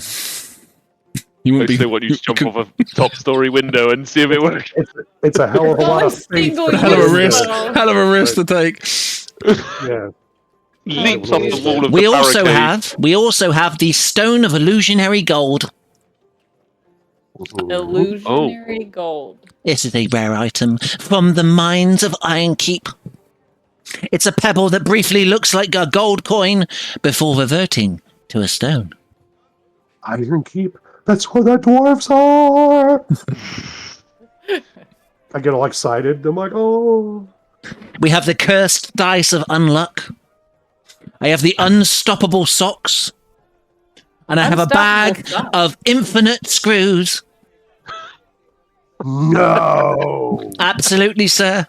This bag is said to have been made by a warlock in the Spire Peaks. So you jest, Spire Peaks. What do you know about Spire Peaks? All I know is that they make impeccable screws. I'm flabbergasted. Okay. We want the feather, we want the map, we want the bag of screws, we want the canteen. Oh, whoa. Hang on. How much are the socks? They make screws in the Spire Peaks? Have I ever seen this since I'm from the Spire Peaks? Absolutely not. Okay. Definitely That's not. what I was like, the Spire Peaks, you say? The unstoppable socks. Socks that refuse to stay on your feet once put on, extremely comfortable, but mildly inconvenient. So they stay on your feet forever? No, they don't stay on your feet. Refuse. Oh, they refuse. But they're to really stay on your comfy. feet? They're really comfy, though. How much for the socks? I'm mildly interested. I would sell the socks to you, kind one-horned friend, for 2 gold. Champion of the drink. 2 gold. Sold. 100% sold. The unstoppable socks to my one-horned friend. Nah, put that in the pile. We're working it out. Are we adding it up? We're doing a bulk buy here. Oh, shit. Okay. Wow. I'm just working out. Please bear with me. Mm-hmm. Was it the canteen you wanted to go for as well? Well, friendo, we haven't discussed... Look, yeah, we went to canteen. We want the... Astraea, you want that feather, right? I want the feather, but we don't need the canteen. You've got me. I can produce elements easily. Water is not an issue. What about the Clean bag water of... is not an issue. The bag of infinite screws. A small pouch that always contains one more screw than it appears. But the screws are completely mismatched and oddly sized. Sold. Mismatched to what? Each other. They're all different. Yeah. Sold. But put it... Angus. Do you have a fork to match the spoon we bought off you last time? Unfortunately, miss, I do not have a fork. At the moment, I am in conversations with a vendor that is trying to sell me a fine artisan from the Luminaris. What is that? So, Oh, never mind. we got socks. We got a Yeah, feather. every time. What did you want, Angus? All of it. Oh, shit. Okay. We don't You got need all of much it. gold left? So I look at you two. I look at you two, and I'm a thistle bottom. You don't have to worry about finances. I whisper that, like I roll that side of my mouth, and then I look up. When I say it to you, I look back over shrewdly to old boy. When I'm a thistle bottom, we don't worry about finances. And I look over. Go ahead and tally it up, sir. Go ahead. I'm gonna lean over to Kaelen and whisper, "See if there's anything you can do to get our price down." Clearly, I'm not able to. So, Timmy. Yes, my kind sir. Spent a bit with you, and we're very, very glad you're still alive. Unfortunately, sir, you are you're the first time you've ever done custom here because the young Kenny Power was the last one that done custom with me, and he doesn't appear to be with you. Did he not? But he's the winner of the big thing. So the big drinking contest. So Timmy, come on. We're buying a lot of stuff. We're currently I'm looking we'll at 45 gold pieces. What? Whoa. No. Hold on. You said 45 gold pieces? 45 gold pieces. 42, sorry. 42, sir. 42 for all of the things we asked for, yeah? Absolutely. Okay. you don't count the water in there, do you? Because we don't need that. Oh, yeah. Oh, ma'am, I want that. Young Miss is ever full, so it's always full of water. Ever full. We don't need it. I do sell canteens, if you would like a canteen. We don't need a canteen. Just a plain canteen. Okay, you said 42 gold, I pay it. I don't even negotiate. I don't even negotiate with them. I literally. Where are you getting this cash? You don't know where I'm getting this cash. That's the thing. What's happened here is, give me just one moment and I'll take it off my sheet, Jinz. But literally, like, we're getting the map, right? The map's a big thing for me, and the bag of screws and the feather. So you've got the We're Everfull getting it canteen, all. which And you've the always socks. got water. You've got the feather that allows you to fall from a descent safely from what used once. You've got the map of minor crews, a crude magical map highlights the general directions and next stage of your quest. You have the unstoppable socks, which will not stay on your feet, but they are extremely comfortable. And you have the bag of infinite screws. Yep. So out of I reached down into my belt line, and I fold over my like the drawstring on my breeches, and there's a sewn in spot, and I dig out 4 platinum pieces out of there that I had sewn in my belt line. I pull out 4 platinum pieces, which would be 40 gold, and then I get into my pouch and I get out the remaining. Would you say 2? 2. 2 gold. So I'll remove 4 platinum. 2 gold. Timmy's eyes are just like lit up. This is like payday. Oh, shit. It's like, never thought I'd sell this shit. Like, Nobody ever buys this crap. I think I need to refresh my character sheet. I mean, once you again. should have a watering skin in your bag already. I do, and it has This? meat and gravy. It's got fucking meat and gravy in it. Oh, right. You did Yeah. do that, didn't you? I Ugh. absolutely, girl. You don't, Astraea. You never discount the fact that you should always have meat pie filling on your person. I have rations. All right, so I think I just got back in here. Got my sheet. So while Angus is deducting, Timmy, Yes, kind sir. you've travelled a bit, haven't you? I have travelled from Blackwater over to Luminaris down to Varendell. I have travelled the Spire Peaks, past the Frosted Observatory, and all the way to Zlas, Drondelveer, Brondveer, and Gladen. Oh, yeah. What'd you think of the Frosted Observatory? I only saw it from a distance. he's sort of looking at you like, fuck, she knows her shit. I only saw it from a distance as I was on the back of a truck, and it was night. It should have been very well lit then, and you would have seen it. I really want to ask why you're on the back of a truck, but I also don't want to ask why you're on the back of a truck. Sorry, wagon. I meant like a wagon. No, yeah. Quick question then. Do you know Evermorn? Have you been to Evermorn? Evermorn? Yeah, I've been to Evermorn. It's a bit of an acquired taste, if I'm honest. Why do you Even say though that? I don't need to, can I roll an insight check to see if he's Absolutely. Billy bullshitting? He is bullshitting. Oh no, I've got no. Oh shit. 5. No need. Why don't you like Evermore?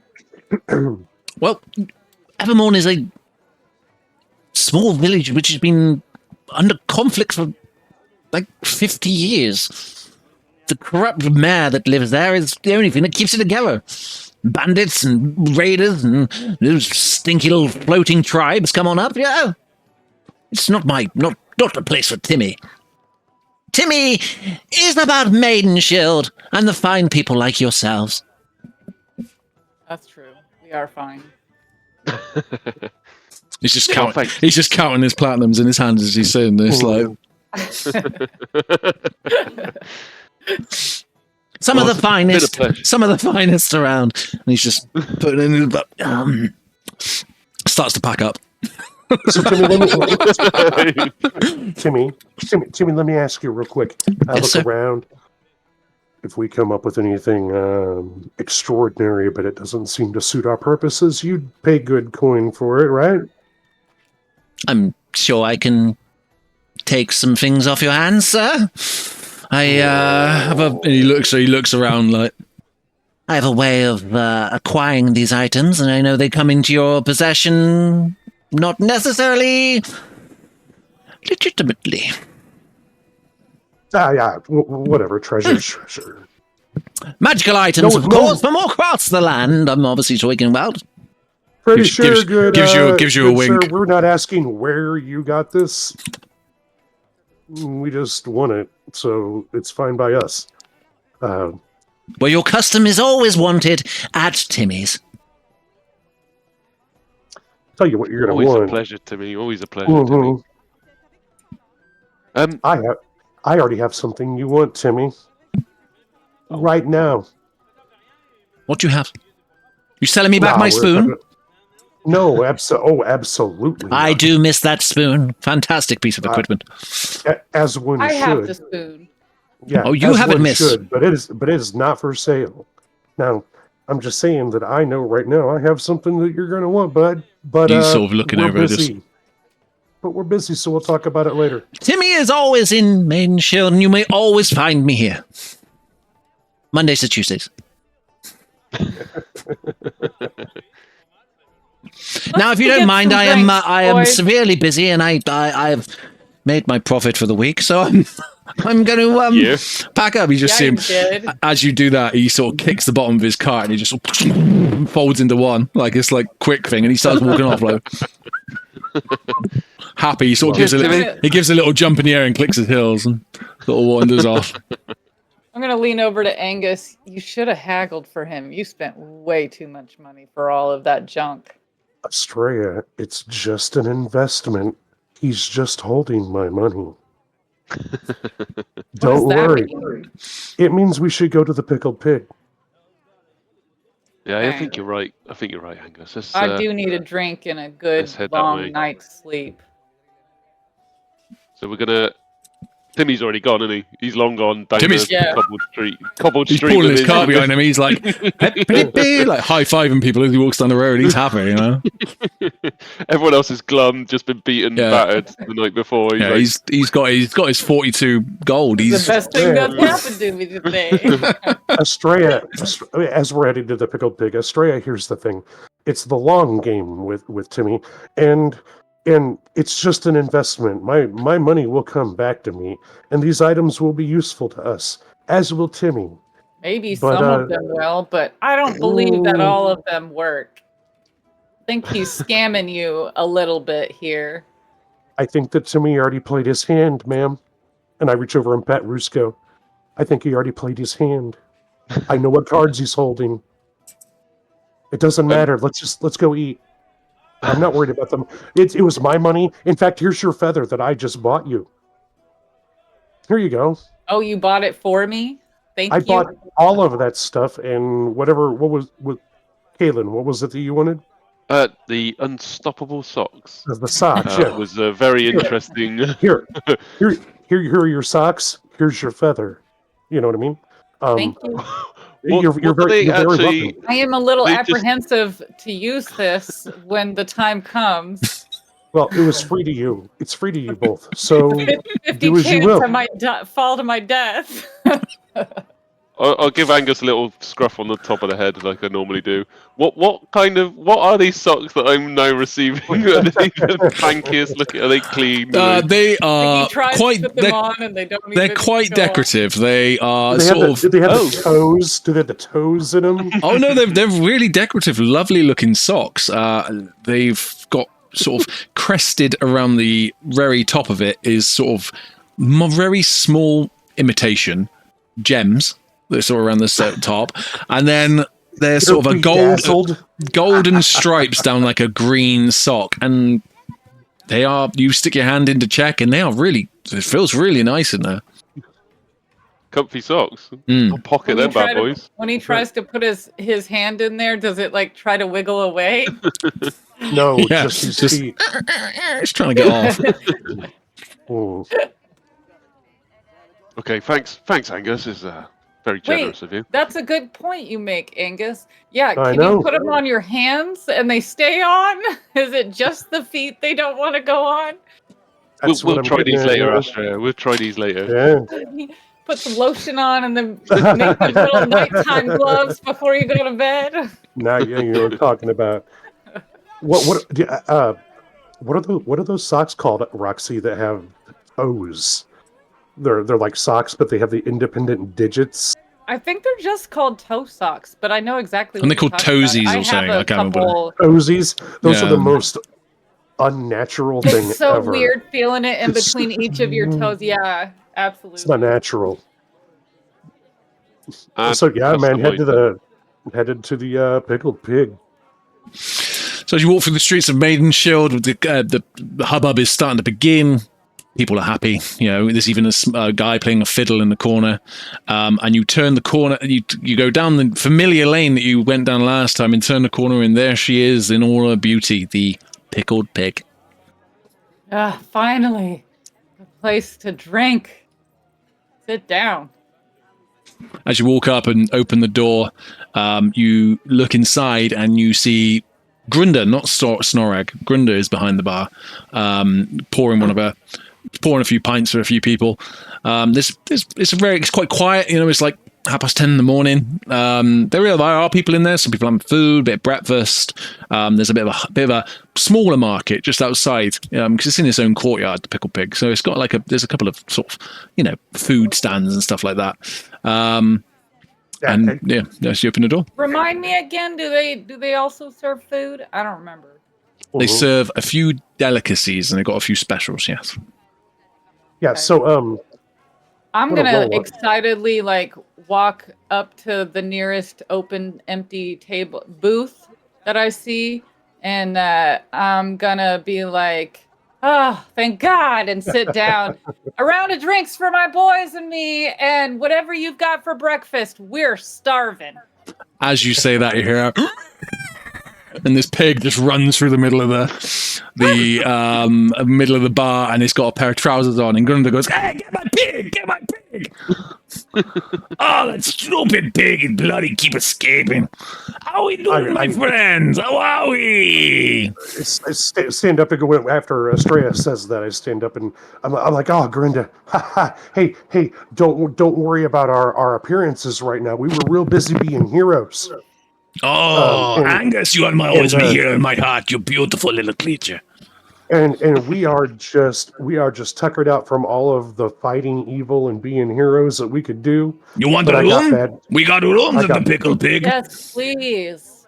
But I need my own room. How much does a room cost? You need I your am not own room. sharing a bed with these guys. A room for the evening is 50 silver. 50 silver? Okay. Yeah. I need my own room. This little one here, he's a little handsy. So what do we say? 1, 2, 3 rooms? You want 3 rooms? Probably. Okay, Yeah. 3 rooms. That'll be. You put on your tab, Angus. Sure. Hey, thanks, Angus. That Sure. makes up for some of the handsiness. Hey, how's that feather? I didn't ask Can I you get to you buy any this for me. drinks? No, My I know you friends. didn't. I know you didn't. But Grinda, we have bad news, and we're going to need your help. Okay, your What bad do we got news. for food first? Grunda knows Yeah. everything in Maidenship. I fought 7 cultists last night. Killed them with my bare hands. I crushed their skulls like they were babies. Astraea's right. You got food coming, right? You got food coming. You for want us? food? We do food too. We went the food. We went the beer. Then we can tell the stories. Yeah. Oh, how about I interest you in some fire tone tankards? What's Oh, that? that sounds good. Bring It them. I is don't a know what it is, special but I want Grunda homebrew, Ooh, which is yeah. smoky and spicy in flavor, but not for the weak, you know. Grunda will take them. Grunda, I Spicy mean, I like was you. second Free? place in the drinking contest, so I think I'm good. Who makes this? You said you. I make them myself. Grunda's beautiful hands makes this beer. I crush those wheats and oats with my bare hands. They nestle between my toes in the barrel. Do you God. wash your hands Of first? course, Grunda is very clean, you know. Oh goodness. I'd like to cast guidance on myself if I could. Put my hand on my chest and I say, Grinda, thank you for getting the food, and I believe that your hands are washed. But I don't. the bad news is this. the help we're going to need from you is it's unique. You want remember Grunda to kill a last man? Okay, I can do it.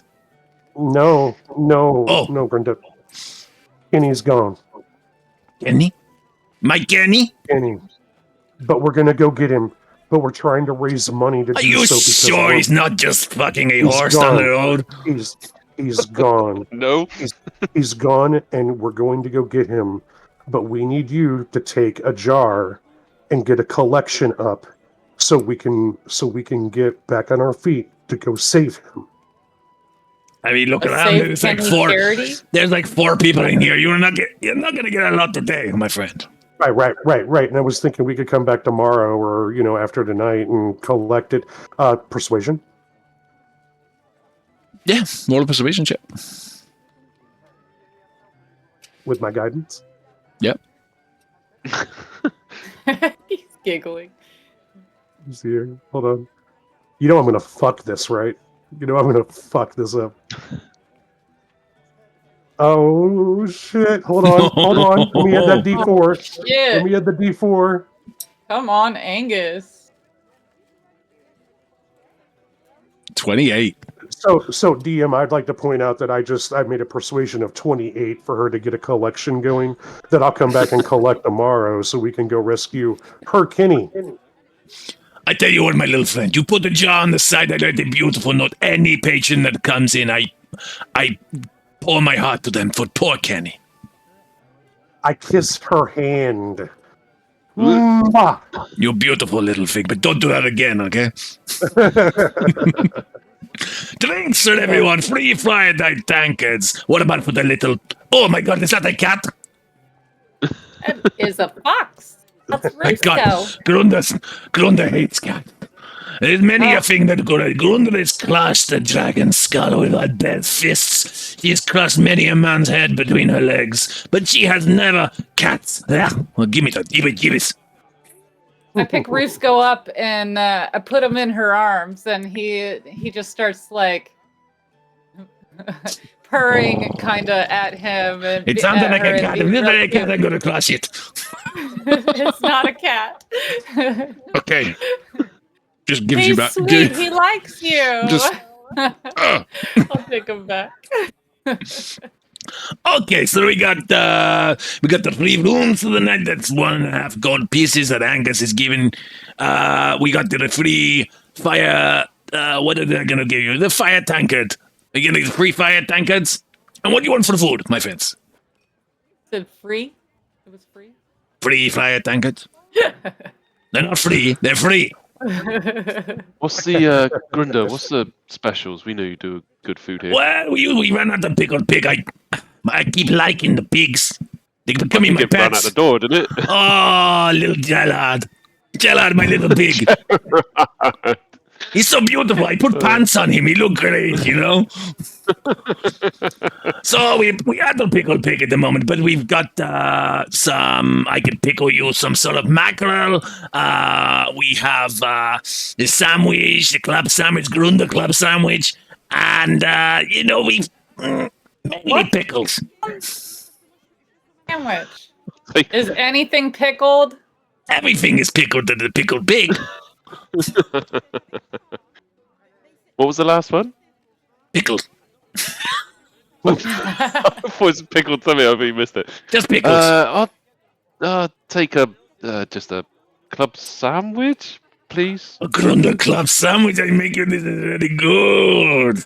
Do you have any like? You want 3 of them? Free Grundas? Do you have like a salad It will on hair hand on your I can chest. eat? A salad? A salad? Little woman, we do not do salad here. It is beer, pickles. You're lucky I put bread in my sandwich, All right, I'll take one of those sandwiches. Free Grundas! Hey, that's gonna cost you 1 gold piece. And then, the tank You is said 1 gold apiece? 1 gold More piece. than the room? You taking a Mickey L. Maxon? The room's cheaper than the sandwich. You haven't seen the room, my love.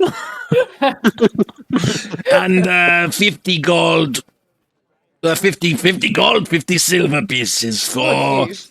the fire tankards. Okay, so Angus, you owe me 3 gold pieces. Just assume these. God, assume I he's paying. I get into my left boot, and I dig out 3 gold pieces, and I give it to Astraea her. eyeballs that, and her eyebrow raises a little bit while she watches him take his money out of his left boot. Left boot, and the platinum came out of my belt line, and then I have a coin purse also. Angus's tiny hands put the coins into Grunda's huge shovel hands. Oh, I love you, my little friend. She goes back to down the bar. Those gold pieces, they will dry out. Okay. She just tucks it down. She tucks it down her cleavage. Yeah, good place now. You want to get them? You come nice find me later, eh? Nice and balmy down there too. Yeah. She walks off. Gerald, where have you gone, Gerald? And she walks back to the bar. Man, nobody likes tip money. Nobody I'm likes going to tip lean money. over to Angus and whisper, was one of those golds a pebble? No. Angus, where's you said about your thistle bottom, and not to worry about money, finance. Where are you? Is your family like mega rich or? Nah. This seems so. Nah. Are you like a royalty or something? Nah. Hmm. Who are the thistle bottoms? Oh, we're gonna do this, are we? Well, You always go, I'm 10 o'clock in the thistle morning. bottom, like it means something to the rest of us. Well, I mean, okay, look, it's gonna be a long story, and we know how this goes with me, right? So, this is the way it works. You have to understand. I have also mentioned that I am the 16th. I am the 16th child in the Thistlebottom family. Are you the last child? Are you the youngest? I'm the baby. Okay. Now, here's the thing. In Brisbane, there were 2 big families there. Okay? We were one of them. How do I put this in a nutshell? I'm not going to get into all my. You need to understand a couple things. There are two big things that you need to understand about the Thistlebot. 3 actually. 1, we have great orchards. All right, considering where we're located, we've got great orchards. That's the family business. Cider, hard ciders, right? Everybody loves them. That's one thing. That's the family business. But there were so damn many of us that one of my older brothers, he actually had a traveling entertainment troupe that was kind of like a make-believe fight club. And they'd travel around and to different pubs, and they would put on shows, and we would do certain acts, but they were still very sporting. There was gambling involved. Maybe folks didn't know we knew what the outcomes of the fights were. Maybe they didn't. I get you. However, you know, that's how I learned how to fight. I'm the runt of 16. I guess you had to stick up for yourself, didn't you? Okay, but here's the thing: out of the 14 brothers, I've got one sister, and she's the one you have to watch out for. Astraea will put stomp a mud hole in all of us. I'm telling you, she would. Astraea Thistlebottom. You never heard of her? I'm trying to rack my brain. Okay. It doesn't really matter. What you need to know is that nothing is that she has 15 brothers. That's what you need to know. Poor girl. Yeah, she has 15 brothers, and she's the baddest one out of us all. That's So always the sisters. now, as far as the money goes, you have to understand that we traveled around. We made quite a bit of coin.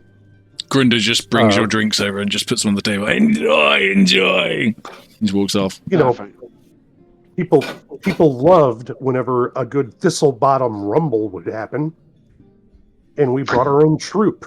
Cheers, you guys. Cheers. Long story short is that we were basically athletic. Well, I'm not, but I'm the runt. I don't know. You tackled that flipping snake thing pretty well. Here's the thing.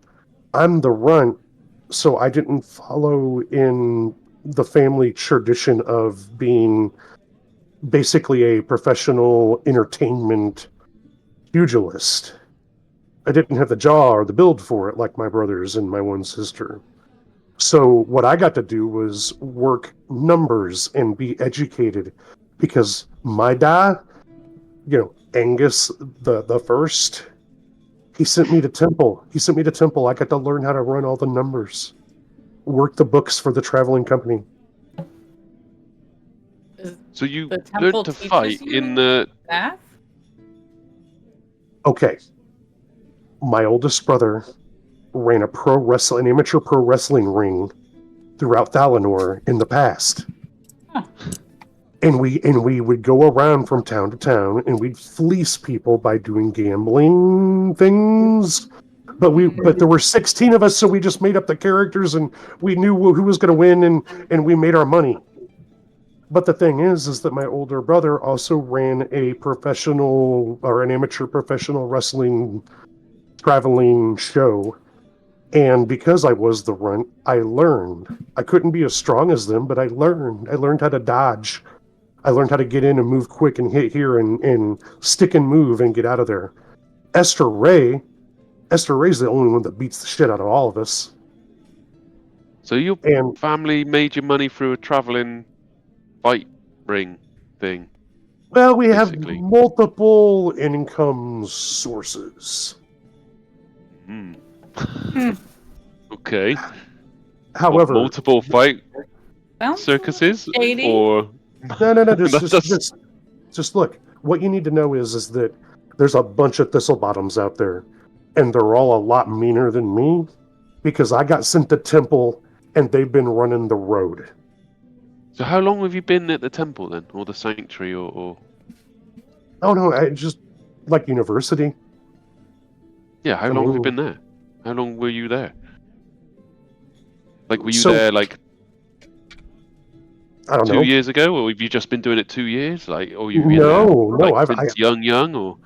No. I mean, I was being the runt of the family and the baby. I spent the last 3 seasons traveling here to the Everlight Sanctuary. Okay. I'm so bad with names, man. So every warm season, they have university here, but you have to be accepted. I was accepted. This is the 3rd season, and that's how I got the job as a welcomer, is because even though I'm not a cleric, I'm still part of the initiated in the Temple of Glamour. I'm just a fella, but they understood, the temple understood that my intentions were true. So while everybody else in my family's running around making money doing what they were doing during the warm months, I got to come to the temple and to be educated. And then, because I'm so good at what I do, they offered me a position to be a welcomer here for the Lanternsong. And that's when I met you guys. I gotcha. So, is there 15 other Thistlebottoms out there now? Are they all still with us? Sorry to ask the question. Oh, yeah. So do you know where they are? Are they permanently situated or constantly moving? They run routes. So I'm not sure, depending on the time of year, what business is like. This isn't a big thing. This is a traveling bard troupe, if you will. But we have the orchard, so, I mean, there is a season when everybody gets back together and we help with the harvest and such, and we're expected to do that. And then, the processing and the sale of whatever we have. But you know, like, they're all still around. But I haven't really talked to him since I've been back this time. Yeah. So it's been months since I've talked to any of them. Last I knew, they were all still around. Do you have a good relationship with your family? My family loves me. Nice. Who doesn't love Angus? That's what I'm saying, right? I want to try this famous cider of yours. You're gonna have we to gotta get go us. back. You're Someday gonna we'll have to go get back. us a bottle someday. Yeah. Well, okay. So there's some more we could get into because you mentioned your dad. Gulp. Oh, it burns. It burns. Yeah, what are we drinking. tasting right now? What's this This is beer? this is ale a taste like? very spicy, very smoky. So imagine like a bratwurst sausage, which is like quite smoky and sort of and burns your mouth. You've got this sort of like oaky wooden taste to this fluid that you're drinking. It's quite thick. It's like a really strong stout, but really smoky and spicy. This sounds banging. Genuinely, I was like, oh, that sounds. I'd drink some of that. Exactly. I do It's that. quite high. So, It's yeah, quite yeah. high. So you drink one of these, you're going to be on your way. You know, it's probably like Yeah, you know. 10%. The drink burns, and I wipe the froth off my mouth a little bit. And I'm like, look, let's see if I can. Where was I? Where was Family. Hey, Trump, you want another one? You want another round of fire tankers, or do you want me to make some cocktails, Grunda specials? Ooh, what kind what? of cocktails we got? I want a cocktail. Well, we only do the Grunda special. You know, everything's a Grunda around here. I can stick a pickle in it, you know? So, okay, Gordon, I'm give good with us the just fire give us a bit. ale. Give us a bit. Here's the thing. I lean into us. So your Astraea. food just turns Uh, up, and it's the Ooh. club sandwiches, and you can see there's some really thickly sliced bread, really jaggedly cut, and it's sort of sat down on top of a piece of cheese, a little bit of meat, and the head of a mackerel sticking out the side, and it's roughly sort of like that size, and she's three of them on the table. Enjoy, and of course there's a pickle in the top on a cocktail stick, just stuck in the top. Take the volume out. I'm gonna take one look at that, and I'm gonna open my bag and pull a ration out and start eating it. Just slide it into your bag out of the way, like. Yeah. Whenever she does that, I slowly reach over and slide her plate with that sandwich toward me, so I can have two of them. No. If you want to try the cider, we always have some of the cider. It's delicious. Everybody loves it. But you mentioned Astraea. I mean, I know you mentioned Dad, and he got you here, and it was all confusing. But you mentioned the observatory, didn't you? You mentioned the observatory. Yeah, the observatory is my home. It's where I was born and grew up. We have a lot to talk about. We do. There are things unfolding in front of our eyes that are going to want me to eventually go to the observatory, and it's going to be important. But Well, first, I can we show get you Kenny. around there. I know that place like the back of my hand. You can get us in, and we could be treated well there. Absolutely.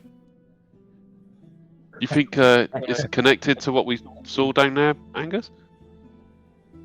Or not? Nothing to do with it. Have you ever, Kaelen? Have you ever seen somebody sit a set of puzzle blocks down in front of you, and you know the pieces fit, you just don't quite know how yet? You know what I mean? Okay. Mhm. Yeah, kind of. In my head, I've got all these blocks. I don't know how they fit together yet, but they do. Okay. And you think the observatory might have one of the answers? The observatory is one of those blocks. Okay. So maybe we could stop by Brisbane on the way. I mean, if we eventually head that way. I think it's But a bit of a but first trek, things- but yeah, we can. first things first, we're getting Kenny. Oh, yeah. We'll try. Absolutely. I mean, Okay. he's fast asleep down there. He'd be alright for a couple of days down there. He'll probably be passed out for a while. Yeah. It's a journey. It's a journey just to get to Brisbane. I mean, it's not forever. It's in the foothills. It's in the foothills. You know, It's about 75 to 100 miles away. yeah. So, I mean, it's a couple days. Brisk jog. You know, so here, like, all these puzzles, everything that's going on, I'm overwhelmed by it. But I can see all of these puzzle pieces, and they're slowly coming together. But they're coming together in this weird, whimsical way. Who knew that I needed to go to the observatory, and yet Astraea sits in front of me and tells me that she was raised there. This isn't coincidence. All of a sudden, these things that people are talking about are... for Flavian, Uncle Flavian. You reckon That's this what is I called him. He's not really my uncle, but... Divine intervention from Glimwar or something? Or I don't know. The Whistle showing us the way. She throws Astraea in front of you? That's what I'm getting at. It's got to be connected. It sounds silly, but I think there's something bigger here. And all of our higher-ups and people who are kind of tied to reality, they don't see the bigger picture. There's something going on here, and I think it's bigger than all of us. But I think that maybe a glimpse of it has been shown to not just myself, but who knows? Maybe to both of you. Maybe we're all blocks in the puzzle. Wow. And that's also why I think we need Kenny. Yeah. You reckon he's a piece of the puzzle? I'm thinking. Well, but I can't put it all together. Little cowboy down in a dungeon is a piece of a puzzle. Not to mention Kaelen, we left him there. Yeah, he'll be all right. He'll be fine. Okay. He'll be right where we left him. Don't you worry. So, with tipping up a mug again. With what I'm saying, I know it sounds far-fetched, and I don't want to get too long-winded. Let's marinate on it. Let's eat these damn good sandwiches. I look over at Astraea. Like, you're missing out, sister. So I'm eating, taking a bite, and then eating literally... that pickled pig. I know what you're tasting. Well, I'm swilling it down immediately with the Grunder's ale. I'm like, yeah, lush. Pickled herring. So, I've tasted a few mackerel in my time. This is not a bad mackerel. I've had worse. Is there even bathtubs in these rooms? Am I able to take a bath? Well, I think we might have to go and find out in a minute. Unless you want to... I might have to use Druidcraft to sprinkle some water like a shower on me. Your rooms are ready whenever you want. You know, they have a little bit of clean. I went in and just polished earlier, but whenever you go. Brenda, quick question. Yes, my friend. Sorry. Where's Snorag? Snorag? Oh, the battle at this scary. Me and Snorag got in a big fight with a couple of courtiers. She chased them out of town, and I haven't seen her since, but she'll be fine. Snorag, she's killed men before. Oh, shit. So she's not back she's fine. No. I just worked in the band about. She'll be back. Okay. Last thing I saw, she had 3 of them on the run, and she had a battle axe in her hand, And she can handle it. Well, she looked like she can handle herself, to be fair. Girl. Definitely did look like she is the puny one of the family, But she has the heart of a warrior. Fair play. She was a beauty. I'm really glad you made it through the night. Yeah, I'm really glad you made it through the night. It was we've been very good with Freud. This is Maidenshire, we make enemies wherever we go because we are so united in freedom, compared to some other cities. You got Alendaris, the capital. They are not so free-thinking as us. They are stricter in their ways. They don't like Maidenshire, but they can't help but have us as a sister because we bring in so much trade. So, we obviously have enemies, but this isn't the first time something like this has happened. Usually it's not courtiers, usually it's raiders or bandits or brigands. But yeah, usually this son of a god are good for us. And I get to use my axe. And she points up behind the bar, and there's this bronze axe behind the bronze-headed axe that's just got a huge bone as the handle. Hey, it's a beauty. And she just brings it, she's like holding it, and it's like half the height of her. Hey, what do you think, eh? You want to hold it, Angus? It's bigger than me. I can't hold it. She stands on the My floor back next out. to you, and it's literally you're about 6 inches Right, shorter than right. it. Okay, No, fair no. enough, fair enough. Puts it back up on the thing. Can I get you some more drinks? Or you go to bed? I'm going to bed. I need to take a bath and I need to go to sleep. Come on, Rusko. Get up here. You go up the stairs. You little lady, it's the first one on the left. Angus on the right. And Kaelen, my beautiful drinking champion, is in the end. I give you the good sweet. Gunda, you're a gem. You're a real gem. My heart is with you all. Have a good sleep. I shall see you in the morning. We have a heron for Thank you, breakfast. I see the happiness on your faces. You. I love this can't place, wait. Brenda. You're great. You're great. No Thank you. oatmeal? Oatmeal? No, you're so stupid. It's the solid oatmeal, little lady. You need to eat more herring. Get more pickle in you. I don't want herring. It's good. You get big like Gunda. And she sort of stands up and flexes to her full bulk, and she is fucking massive. Like her arms are just. Look how big I am. You know, look at this herring since I was a baby. You know. You have good sleep, my little babies. I'll speak to you later. Thank you, Sounds Brenda. great. You're All a right. gem. All right, Good night, both of you. guys. Both of you. Make sure your doors are locked tight. Okay. If you need anything, call out. I'll be meditating, so if I hear something, I'll keep an eye out on the hallway. All right. Rusko will be paying attention. He's got keen hearing, so he's good. What's the plan for just what do you want to do tomorrow? Are we heading out to Janice? Do you want to see if Janice knows anything first thing in the Yeah, morning? that should be the next item. See if we can see any. Even if we just look around where we were when we got kidnapped, when Right. we got knocked out. Retrace our steps. Yeah. Talk to Yeah. Janice. Go back to that crypt. That was Find Eldrin's. our That was friend. it. Eldrin's crypt. Yeah. And we need Okay. we need to find out more about that. That sounds like a plan. Maybe a book or something. Maybe there's someone who might know more about what that crypt is.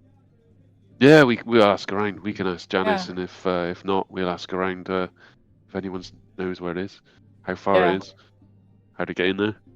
Sounds Because we good still to don't me. know an entrance. We just knew a portal on the way out, which was fucking weird, by the way. But yeah, I'm not let's sure do that in the about morning. that. Once again, weird. It's the Weird. weird stuff. It's all the weird stuff. I'm not used to this weird stuff. I know, but we can't deny it. It's happening in front of us. I Yeah, mean, that is. Yeah. we don't have the luxury of saying we're full of shit. You No, know? you're right. So, Janice, info about Crib, what Astraea. Yeah, and then finding our friend. we'll head out. Sounds good. Okay. If we Well, if we get an opportunity, find any leads to help with her sister. You know. yeah. If we see Snorag flinging cultists around, then yeah, hopefully she's still around. Well, All right. Good head night. up. Take a steady, you two. All right. And That evening, you all put your heads on the pillows and you rest for a long rest. Angus. God. You dream that night. No. Swirling storm inside your head. Dark lightning flashing. You can't quite make out. You feel like you're in the storm. You know, you are part of the storm. It's going around and around and around. You can see something in the distance and you're trying to reach for it and you can't quite get there. And as it gets closer, you see that it's a face, and it comes straight up to you, and he goes, If you think I'm finished with you, little man, you've got another thing coming. and it slams into you, and you wake up. And that's where we're going to finish our session tonight.